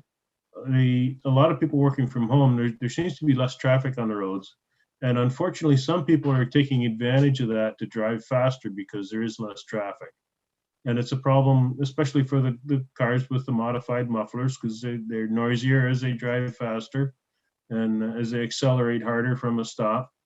And so it's an issue that hopefully we can get some automatic enforcement in place that isn't going to be expensive, because the previous model that we saw was going to be a huge expense to the city, with only recouping a portion of the cost. So with this new model, I think it's something that we could take a serious look at and implement within our community in order to improve safety and just encourage people to just slow down a little bit. I mean, just leave a little earlier and take your time, and you don't have to be driving 80 in a 50 or a 40 zone to get where you need to go. Brantford's not that big that you can't get to where you need to go within a reasonable amount of time. So hopefully we'll get support for this and support for the new model for speed enforcement that's coming forward. Thank you. Thank you, Councillor Martin. And next up, I have Councillor Utley, followed by Councillor Carpenter. Councillor Utley, please go ahead. Thank you, Mr. Chair. First, I'd like to thank Ward 1 councillors for bringing this resolution forward. To me, this ties in to some degree with the previous resolution on noisemakers. And it's been my observation and many friends that the people that drive their wannabe Ferraris are the ones that not only want to make a lot of noise, but they want to go fast wherever they drive. And I think a classic example is sometimes Brent Ave and St. Paul and King George Roads. And I'm sure there's other streets in the city that have similar problems. But I think it's, who knows, at some point we may go across the board and say, everywhere in the city is a 40-kilometer-an-hour speed limit on a 2-lane residential area and near schools and parks and playing fields. And but I hope it doesn't come to that. So anyway, I fully support this resolution and thank staff and thank the councillors for bringing this to us. Thank you, Mr. Chair. Thank you, Councillor Ratley. Councillor Carpenter, please go ahead. Thank you. I sit on the Community Safety Committee, Vision Zero Committee with Councillor Weaver. We've been there since the beginning, I believe. I support this resolution. I will support this resolution. And it brings me in mind of the West Street racetrack, West Street, Clarence Street racetrack, which is the current BSAR, moving all the traffic from North End down to Clarence Street, and everybody races down there. I looked down just the other day myself and realized I was doing a few kilometers over, but people were flying by me like I was the one slowing the traffic down. As far as the zones, I think Brentwood Park is a perfect location for a zone. It has 4 actual entrances and exits, only 4, and it would be easy to make the whole neighborhood a 40-kilometer zone, safety zone, that could very easily have only 4 access in and out. You could sign it, you get rid of some of the street pollution of signage on the street, and just put the signage on the entrance and exits, the 4 that are there, that this is a community safety zone, and let people know. It would be a perfect model. So it was something I was going to bring forward anyway. So this will work so very well, and I think the resolution talks about the board councils being involved, so it works very well. Thank you. Thank you, Councillor Carpenter. Any other questions, comments? No, I'll just make a quick comment since I was asked to. So this has been something we've been working on for quite some time. It is far more difficult and technical than we all, I think, realized. So this is actually just one of the steps we have to take in order to be allowed by the province to put these cameras on our streets. We have to dedicate specific areas as community safety zones. Very, very supportive of these. I'm hoping we can place a couple just off of Shellards, and then hopefully we can catch the idiots that keep racing on Shellards. Because when you get caught speeding in a community safety zone, the fine is doubled. So this is a step in the right direction for our community. So I would have loved to have seconded it, but I wasn't able to. So thank you to Councillor Martin for stepping in, and thank you for Councillor Vanderstelt for bringing it forward. So with that, I will call the question.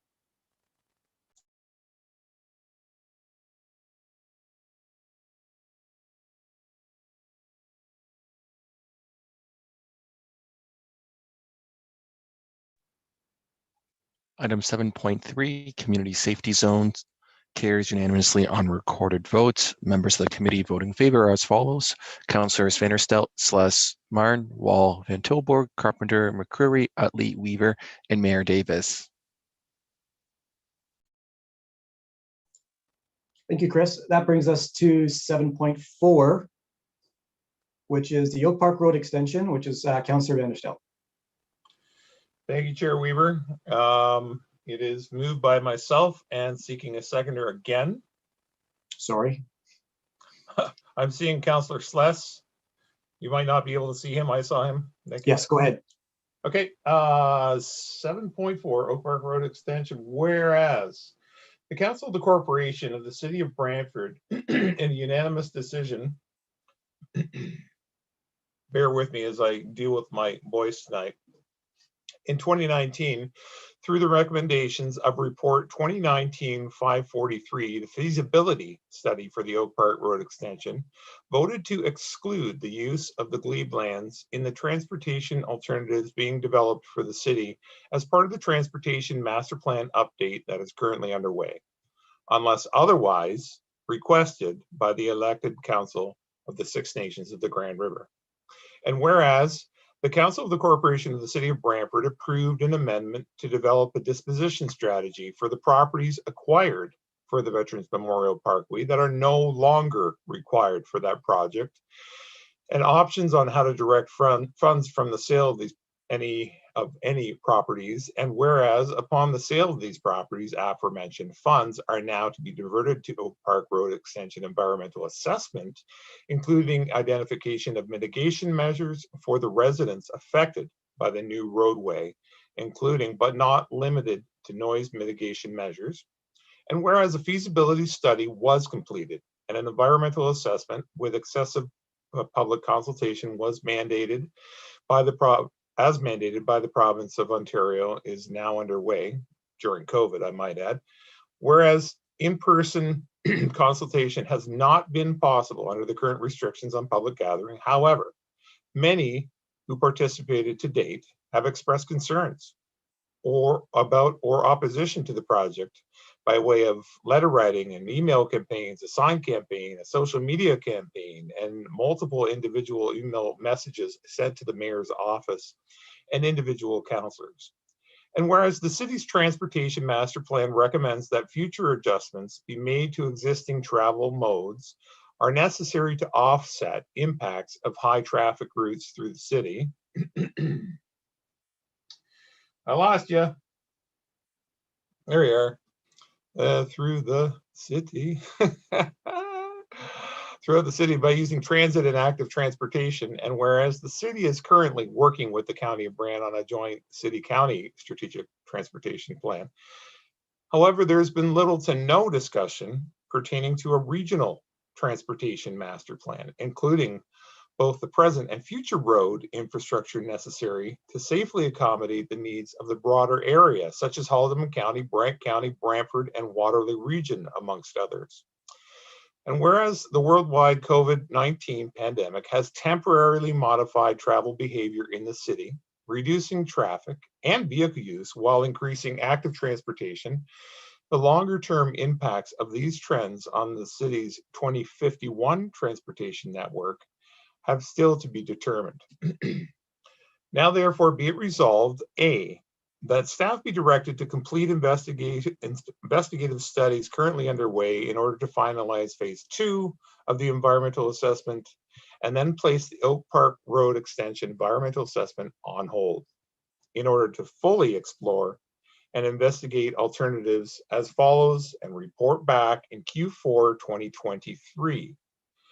1, develop a joint city-county strategic transportation plan or regional transportation master plan subject to participation by appropriate neighboring municipalities and regions. And 2, implementing localized intersection improvements, realignment, and improvements to alternate roadways, and improving transit and active transportation options per the transportation master plan. And 3, assessing post-pandemic impacts on city and regional travel behavior and any effects on the timing of the recommendations within the transportation master plan. And 4, preliminary design of traffic improvements and noise attenuation along Colburn Street West from Fire Station 4 to 400 meters west of Dobney. That staff be directed to rename Veterans Memorial Parkway Reserve RF 0536 to the City and Regional Transportation Reserve and use this reserve to fund the investigations detailed in recommendations A, and C, that with the exception of funds necessary to complete phase 2 of the environmental assessment, staff be directed to return $850,000 in account RD 1603 Oak Park Road Extension to the Development Charges Reserve RF 406. And D, that a copy of this resolution be forwarded to Brantford Brant MPP Will Bama. Once again, I apologize for my voice. We live in a completely different world than before COVID. We didn't see this one coming. If you recall back to our earlier conversation about the bridge, everybody recalls the flood that happened in 2019. Everybody, I think, recalls the panic in Homedale and in Eagle Place with regard to flooding, and how many times we were receiving calls from people gridlocked in traffic, going around Phelps Road, going down Highway 24, trying desperately to get home because they couldn't use any of the bridges. So when we looked at Oak Park as an option, it was the only other viable option as given to us by the Transportation Master Plan approved by the province quite some time ago. From my perspective, and history will tell you, that the 40-year-old plan of somebody, you know, arbitrarily sitting in an office in Toronto and drawing an imaginary transportation line beside a imaginary line between the city and the county, which really has no bearing or effect on anything other than politics, ended up stating that this is the route that's most preferred route for moving traffic out of what was never a large population in the Southwest through the city. Alternatively, we don't have any other alternatives outside of realignment of the intersections that we're talking about. But what's really happening here, if you do a comparative study of everything that's happened north of Powerline, the official plan, the plan for north of Powerline, the consultation for north of Powerline, the fact that we spent a great deal amount of time hashing out all of the details about where the infrastructure goes, where the roadways go, how they align with current intersections at Powerline. So much planning went into that. Unfortunately, it would have been wonderful if the same amount of planning was available to go into the Southwest and how to move that massive population through the city or around the city.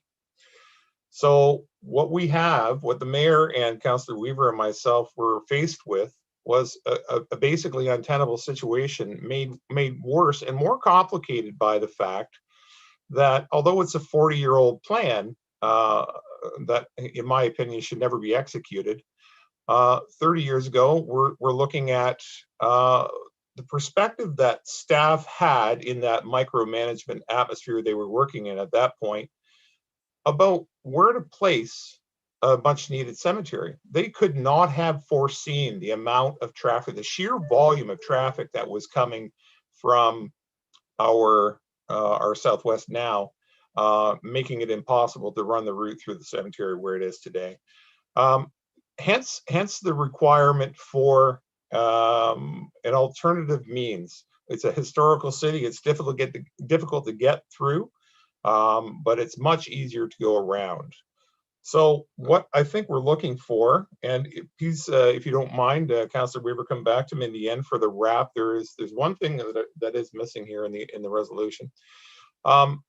After a healthy debate, I'm asking council to support this regional transportation master plan because there's more at stake here. There's our community's future, but there's also the future of traffic between our three regions. If you ask anybody about their employment options and their safety options of making it around the city through what is not downtown Paris, nobody wants to drive through downtown Paris, so there's too many trucks.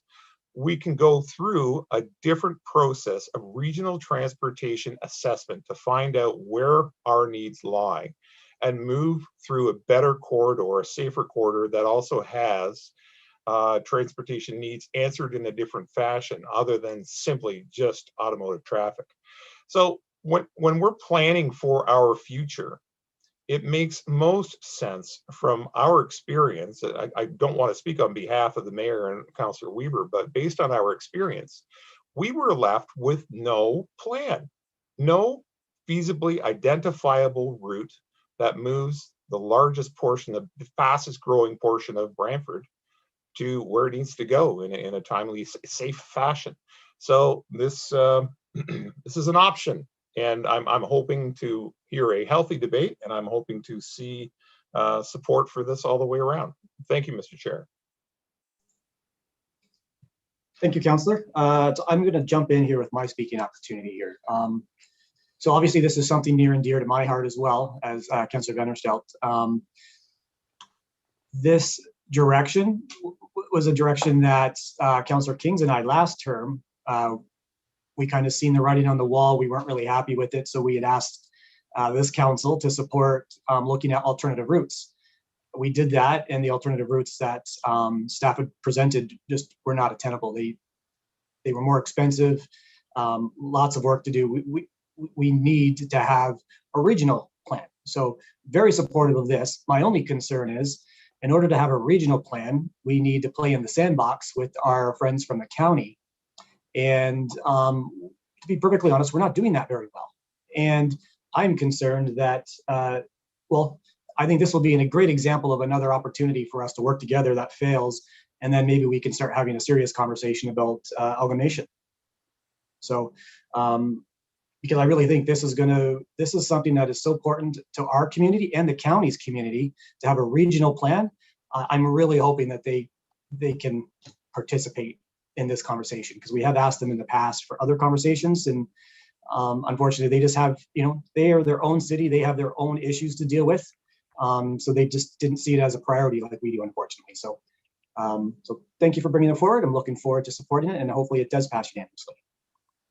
And next up, I have Mayor Davis, followed by Councillor Utley, and then Carpenter and Sless. So go ahead, Mayor Davis.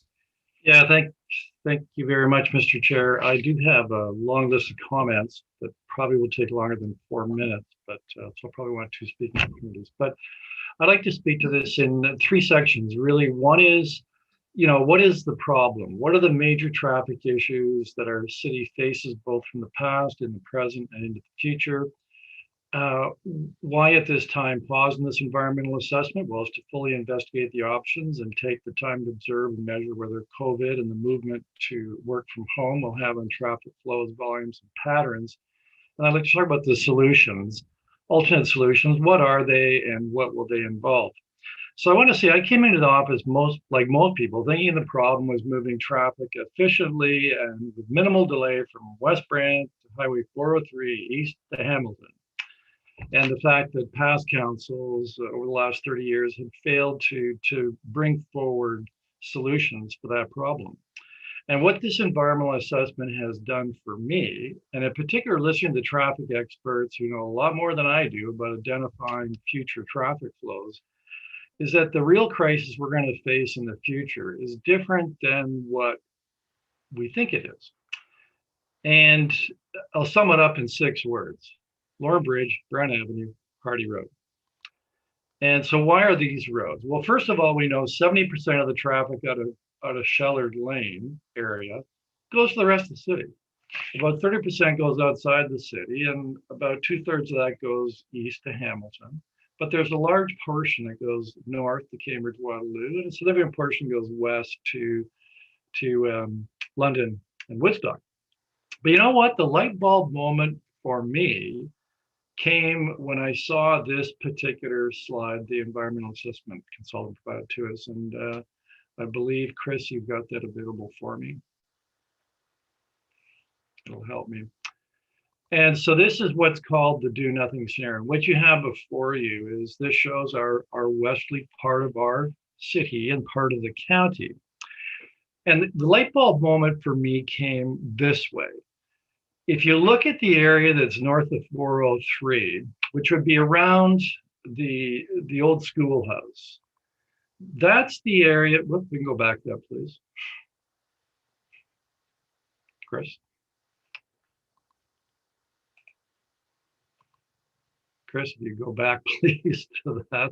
Anyways, so we have 20,000 jobs that are going to be created and situated in all the growth the province tells us is coming at us from the growth in the GTA. There's 20,000 jobs around the old schoolhouse that will be there in the next 30, 40 years, 20, 40 years. And then you have 25,000 people living in Shellard Lane, you will. And so the only route they have to move right now from those 2 areas is Lorne Bridge, Brown Avenue, and Hardy Road. And that slide that was just there, Chris, I don't know if you can get it back up. But when I asked the consultant, I said, so what's the issue in the future? And they said, it's gridlock. And I said, where's gridlock? They said, Brown Avenue, Lorne Bridge.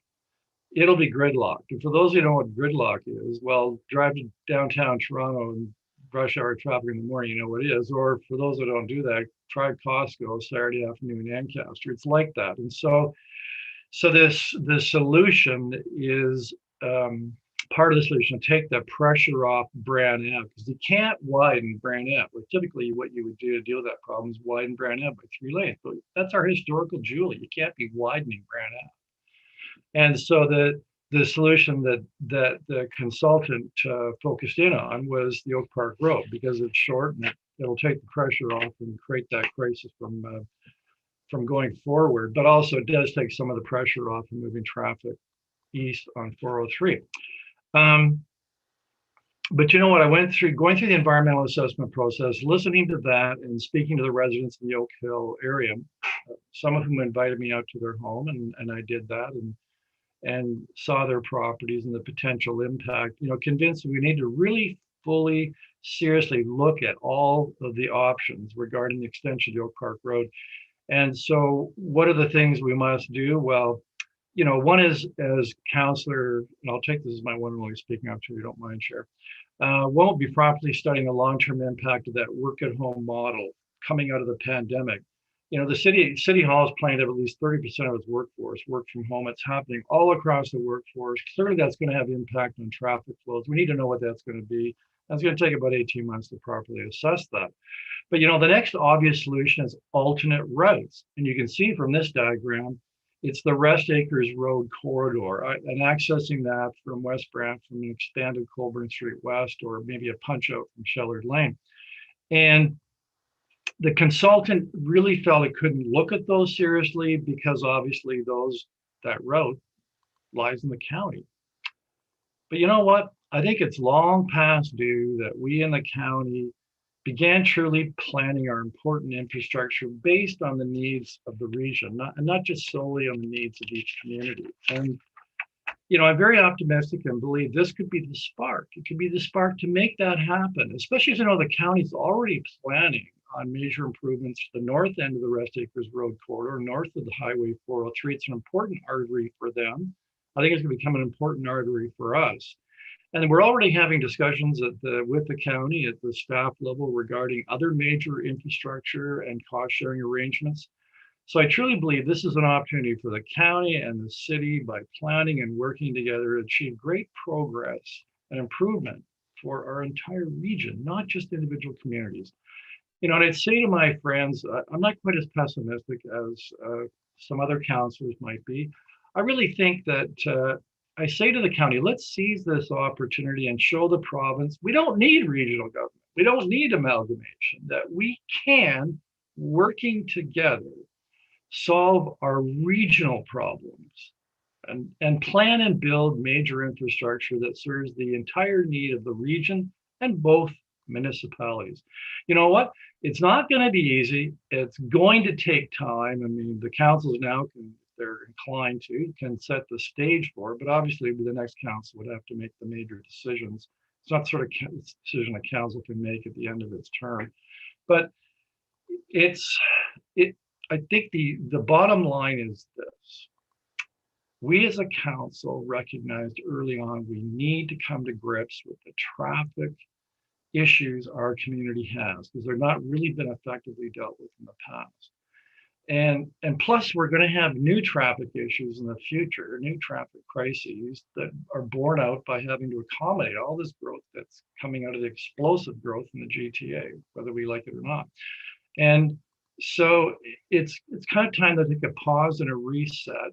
And as I said, it's, you know, clearly it means, yes, improving other intersections and roads and transit, but I think it clearly does mean having some very serious discussions with the county, what we can do together. And this isn't the only infrastructure that is of interest to both ourselves and the county. There could be a lot of mutually beneficial negotiating that can improve both communities and make this region work a lot better for everybody. So with that, thank you very much, Mr. Chair, for letting me go double for one. There's your two speaking opportunities, Mr. I just evaporated them. Next up, we have Councillor Utley. Thank you, Mr. Chair. I am going to support this resolution. I think it's the right time to take a pause at this particular time.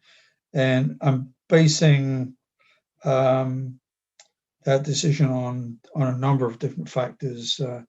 One is the very well written letter that's been circulating to all of us, which is well written, very respectful, and in some cases offered other solutions, options for our consideration. The other part is that, you know, the bridge across the river for the Oak Park Road extension it's a huge amount of money. It's a mind-boggling number. You know, we're talking around $100 million. I'm not sure what the exact figure is, but you know, 20 million either side of that is still a huge amount of money. And can we find a cheaper, better alternative? So I think this is the right time to ask that question. And thank you, Councillor van der Stoot, and I'm sure, Mr. Chair, you had a hand in this resolution as well, so thank you as well. And I'm sure staff had some input, so thank you all. Thank you, Councillor. Councillor Carpenter, please. You're next. Thank you, Mr. Chair. You know, this roadway was planned 40 years ago, 1990, and the vision for how much the population was going to be in Shutter Lane was envisioned back in 1990. This isn't something new, but the BSAR has been downsized several times. It's supposed to be a 100-kilometer-an-hour road with clover leaves at every intersection and no traffic lights, and that's changed dramatically. That's not what it is. So trying to connect to that road again doesn't make any sense at this point. It never has. I haven't supported Oak Hill extension from the beginning. I've never thought that was the right route. I've always argued, in fact, County Road 18. And when you look at the report on the from staff, it's always, well, we can't talk about something that's not in our jurisdiction. I don't know why we couldn't have a conversation with the county years ago about County Road 18. You could, County Road 18, simply when it gets up to Mount Pleasant, you could push that through to Rest Acres Road and put turning circles at every intersection there and 4-lane that road, and you've got a north-south access road sitting right there that opens up Six Nations, goes east-west from Rest Acres Road all the way to 403 at the other end, at the east side. It's sitting right there. It's been sitting there for a long time. I know that there's a county councilor that lives on it and probably will not be happy with that option. But we're I think the only municipality in Ontario that is completely surrounded by another municipality. The county is not a county. The county is a city, just like we are, with the same resources as we are, and deserve the same respect that we have for ourselves. We haven't been doing that of lately. We've been talking about charging the county folks for extra for using our facilities, and we've been talking about other things about the county that doesn't make us play well in the sandbox. I think Council Weaver spoke a little bit to that. So we need to do better there, and I think we can. And I think, as the mayor said, we could work with the county. But our MPP, Will Bowman, needs to step up and do something for our community. And he speaks for both the county and the city, and for provincial funding for a roadway that would provide a north-east-west access road, and that can be done if he puts his mind to it. We know that the northern route on the new 24 was canceled by the same MPP, I believe, and we don't have that north-south route on the 24 now or in the future. A lot of money was spent doing that EAA. A lot of money spent doing this EAA. You're going to find the public going to be a little bit skeptical. I'm happy to see this resolution, but some of the public will be skeptical because it says it'll report back in the fourth quarter of 2023. So I'd rather we just said, look, we're not doing Oak Park Road, period, because it leaves the option that the first year of a new council can make a decision that's not very tasteful to the community because they got 3 years to wear it off. We've seen that already in this council. So that's a concern of mine.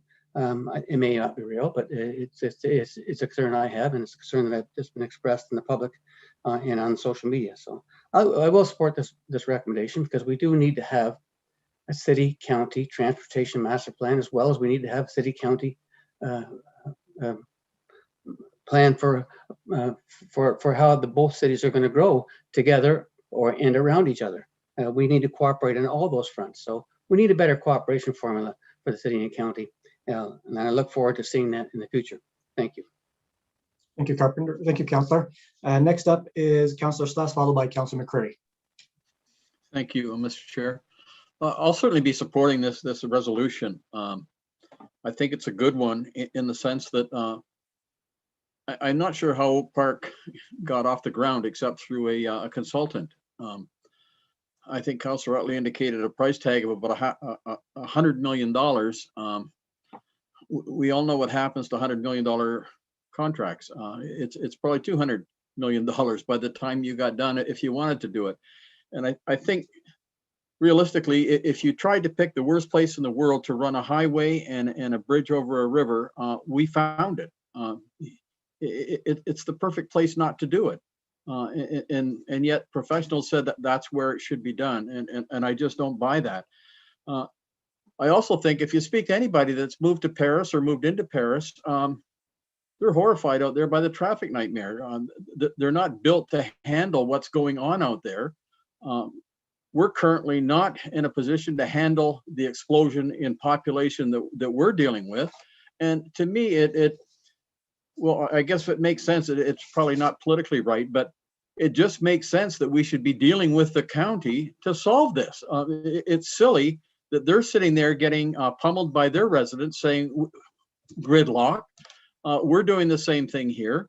And it's not just, we keep reverting to Ward 1 and it's a Ward 1 issue. It's not, it's a citywide issue. Because when those people are dumping out over the Lorne Bridge, they're heading down Brant Avenue, they're heading down Clarence, they're heading down Coburn, they're heading down everywhere in the city because they're as frustrated as we are. We're trying to solve it, they're trying to live with it, and it doesn't work. So I think the resolution speaks to working with our country cousins, and we should be. We can fight about some things, and a good debate is healthy, but I think there's times when cooperation is also healthy. And I think we're both kind of between a rock and a hard place. We're both looking for a solution to a problem. And I think luckily we have a lot in common with our problem, that I think we could help each other get through a really rough time in our respective communities. So I think from my perspective, I agree with Councillor Carpenter in the sense that, well, the EA I think should be completed. We're in for a pound now. We may as well complete that, but it should be very clear that we're not, the intent is not to build that in the future. It's nothing that I can support.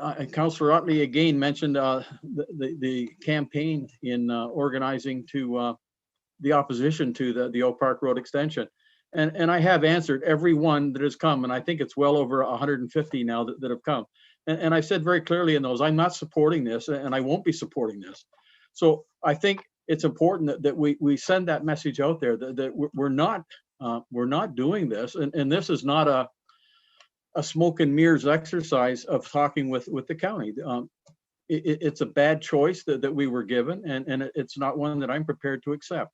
So I think we're on the right track here. I applaud Councillor Vanderstelt for bringing this forward. That's why I was very happy to second it, that we speak to the county and we form that committee and we move forward with that, and not in a way that is condescending to either side, but in a way that says we've got a problem and it's a mutual problem and we can solve it mutually.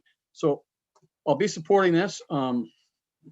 Hopefully we can come up, and I'm sure we can. And again, I think our MPP has a role to play in this.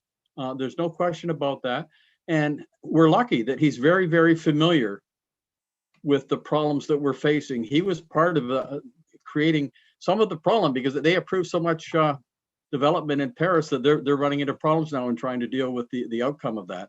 And so he's well aware of the problems, and he sits in a very good place in the legislature where he's got people's ears that you want to have to get something like this done. So I'll be supporting this, and I would encourage the county. I'm sure they monitor what we're doing here, and I would hope they see this as an opportunity to work with the city, and that we can work collaboratively and solve a problem that we're both facing. So I would hope this would be a unanimous vote, Mr. Chair. Thank you.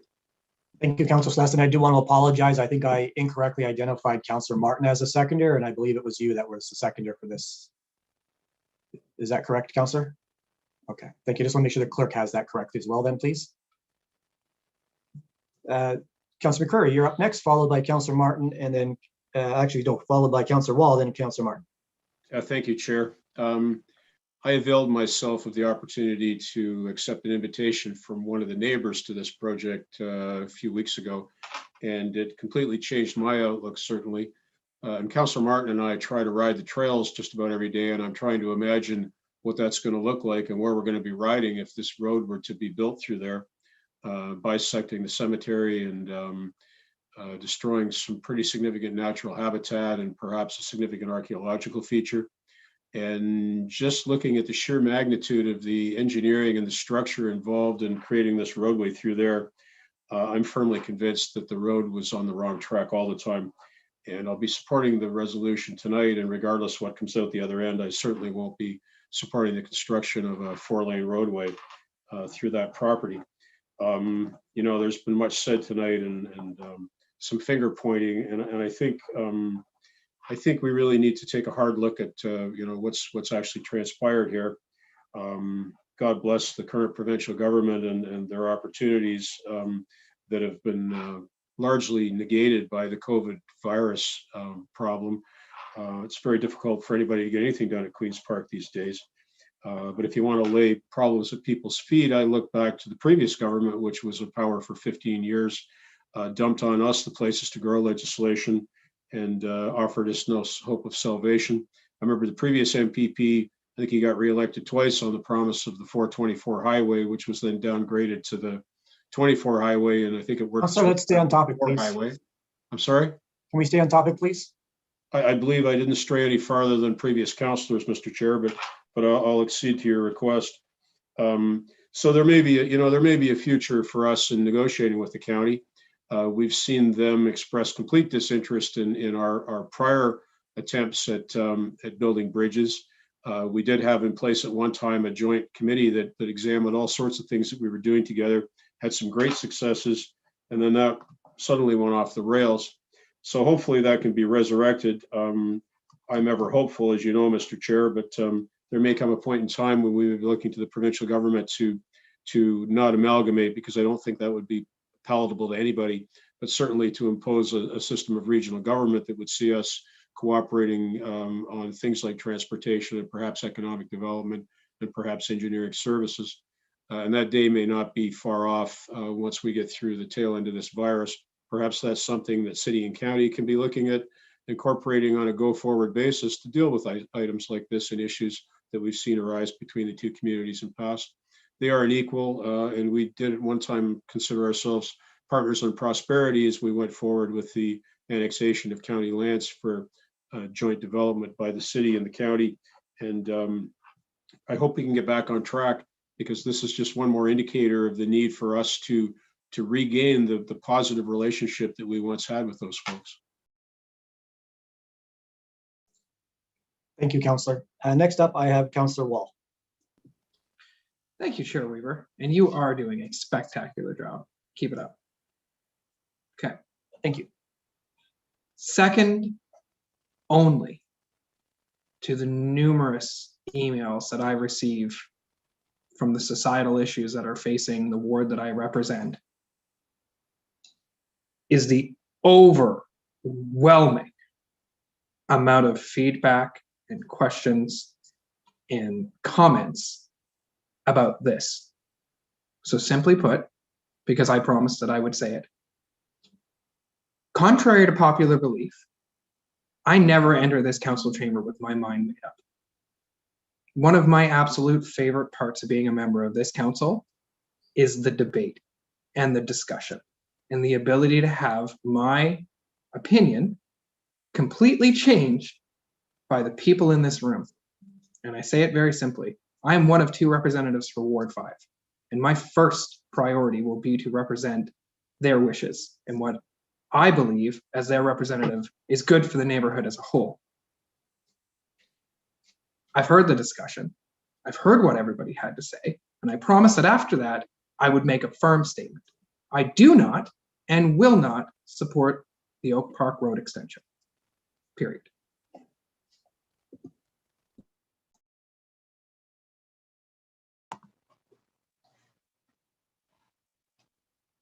Sorry. Next up, I have Councillor Martin. Thank you, Mr. Chairman. This is certainly not a new problem. This is part of a plan that I believe is around 50 years old. And this isn't the only place where there's problems with it. Before I was even on council, it was when they were moving the Gretzky Parkway. I proposed an alternative, which included at the time Garden Ave and County Road 18. And unfortunately, council of the day said, well, no, our transportation master plan says we have to do it this way, so we're going to do it this way. I'm thankful that this council isn't the same. They can take a look at a plan and say, well, our transportation master plan says we need to extend Oak Park Road, and that's your only alternative. And we're willing to look at that and say, well, no, I don't think so. And I'm glad that this council has that will to go against the experts and the transportation master plan, because this isn't the first mistake they've made. All you have to do is look at Wayne Gretzky Parkway, and it ends at Powerline with nowhere to extend it. It was a mistake to do that then. It would be a mistake to do the Oak Park Road extension now. There are alternatives that need to be looked at seriously. Unfortunately, a lot of them involve dealing with the county. And I'm hopeful that we can have a reasonable discussion with the county and take a look and do a regional transportation master plan, something that includes routes in the city extending out into the county instead of ending at the border and then having to deal with the problems later. And this is just another situation where the 50-year-old plan doesn't work anymore. It probably wouldn't have worked at the time, and it's been changed so many times that it doesn't even resemble the original plan. As Councillor Carpenter indicated, the original plan called for ramps. There weren't going to be traffic lights anywhere on Gretzky Parkway or Veterans Memorial Parkway, but that's what we have now. So to say that we need to do this because it's part of our transportation master plan is just a cop-out. It's something that we need to take a serious look at and reconsider what's being put forward in the plan and take a serious look at what our alternatives are. So I'll be supporting the resolution that's on the floor. Thank you. Thank you, Councillor. So just before we go to Councillor Vanderstel to wrap, I think I'd be remiss if I didn't mention just people that are watching. I'm sure they don't realize the amount of protesting, I guess, that's been going on. I think we've all members of council, I think Councillor Sless mentioned it, but I think you understated it a little bit, because I'm getting 20 to 30 a day, and it's been like that for months. So, and they're real people, all of them. We're checking. So I think we'd be remiss if we didn't actually tell the group that is opposed to this that you've done an excellent job. You've been very professional, and that has allowed council to engage you and have discussions with you. I appreciate, and I obviously don't want to go too far into the Arrowdale situation, but those folks were very, very, very passionate, and I think that harmed their ability to really talk to council, because I personally, someone calls me names, I'm not going to talk to you anymore. So I'm hoping that this is sort of, this should be mimicked. If there's something that you want changed in your community, seek these people out, because they did an excellent job on changing the minds of council. So with that, we'll go to Councillor Vanderstel to wrap, and then we'll call the vote. Thank you, Chair Weaver. Chris, if you could just add, when I added at the end clause D that Brantford Brant MPP will Bauma be notified of this, I was remiss. I should have added County of Brant as well, but I kind of put them in the same envelope. I apologize for that. This is a there is no doubt. I mean, members council, you're well aware. I did not come here to sit on my hands and do nothing. I do not mind taking on a difficult challenge. I don't mind challenging the status quo. 30, 40 years into a plan that nobody executed and nobody had any intentions of executing. You think in 2019 we sat there realizing our option of running a road through a reserve was a good idea? No, it's a bad idea. You think in 2021 running a road through a cemetery, through a growing cemetery with members of my family there, members of your family there, is a good idea? No, it's a bad idea. So we still have to solve a problem, and that's what we're here for. That's what our vision suggests that we need to do. And I have no problem in tackling that problem, but I do have a question that has remained unanswered. And well, I shouldn't say that. No, I did answer the question, but I was ridiculed for my answer from somebody from a different protest group. So let me put a really fine point on it. I have no intention now or in the future of supporting Oak Park Extension through a cemetery, through green space, over a river at a magnanimous cost when we can easily go around. You see, the river doesn't argue with the rocks. The river just goes around the rocks. Now, I also promised that I was going to talk about these professional, intelligent, informed individuals who worked with us to help us understand the ramifications of this decision. You took facts. You shared facts with us. You took a pragmatic approach to problem solving. We knew we were up against a big problem to solve here, but you remained professional. You remained kind. You remained thoughtful. You remained respectful of our process, how we go about making long-term decisions here in this council. So you put the pro in protest. Your group is astoundingly respectful. And based on the experience that I've gone through recently, I have all the much more respect for you as a body and as individuals. You are good people. You do things well. Thank you. I appreciate your hard work that went into this dialogue, into this discussion between members of council and intelligent, hardworking people. I hope that we can find a solution. What we've had to do is we've had to deal with such a difficult scenario where there's 2 no-goes in a plan that really doesn't work. And we have to come up with an alternative. That's what we're here for. True leadership. I got to thank this council. I got to thank your mental flexibility and your acuity and your attention to detail and your ability, even under adverse circumstances, of which we've seen a lot, to be able to work together in a very helpful way, not just for our generation, not just for the next vote.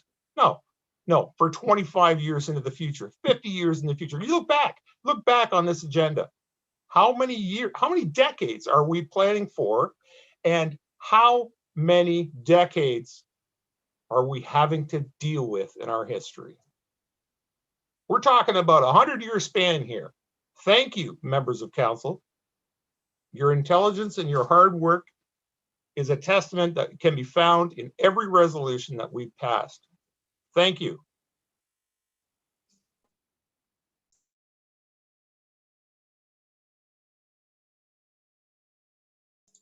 Sorry, thank you, Councillor. With that, I'll call the vote on this item.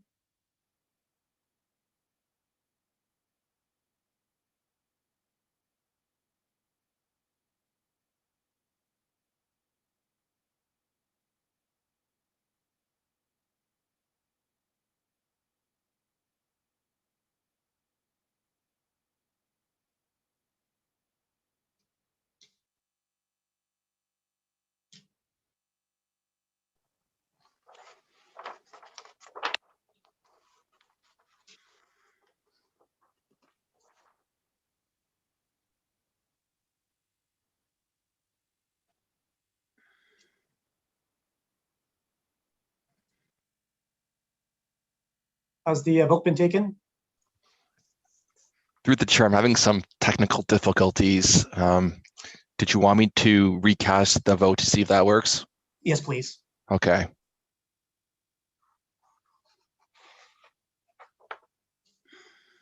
And I think, Chris, if that doesn't work, we'll just do a show of hands since this is the last item. I think it's up and running now. I'm just waiting for Okay. your vote. Okay. I don't have anything come. There we are. Thank you. I apologize for that technical glitch. Item 7.4 Oak Park Road Extension carries unanimously on recorded vote. Members of the committee voting in favor as follows: Councillors Vanderstel, Celeste, Marn, Wall, and Tilburg, Carpenter, McCreary, Utley, Weaver, and Mayor Davis. Thank you for that, Chris. So the next item on our agenda is notices of motion. We do have one notice for tonight's meeting, and it is being brought forward by Councillor Carpenter. Councillor Carpenter, could you please just read the title for us? Thank you, Mr. Chairman. An all-way stop control at Gray Street and Garden Avenue and speed humps on Garden Avenue north of Gray Street. Thank you. Thank you, Councillor. Excellent meeting tonight, folks. Thank you very much for everyone's participation. Have a good night. We're adjourned.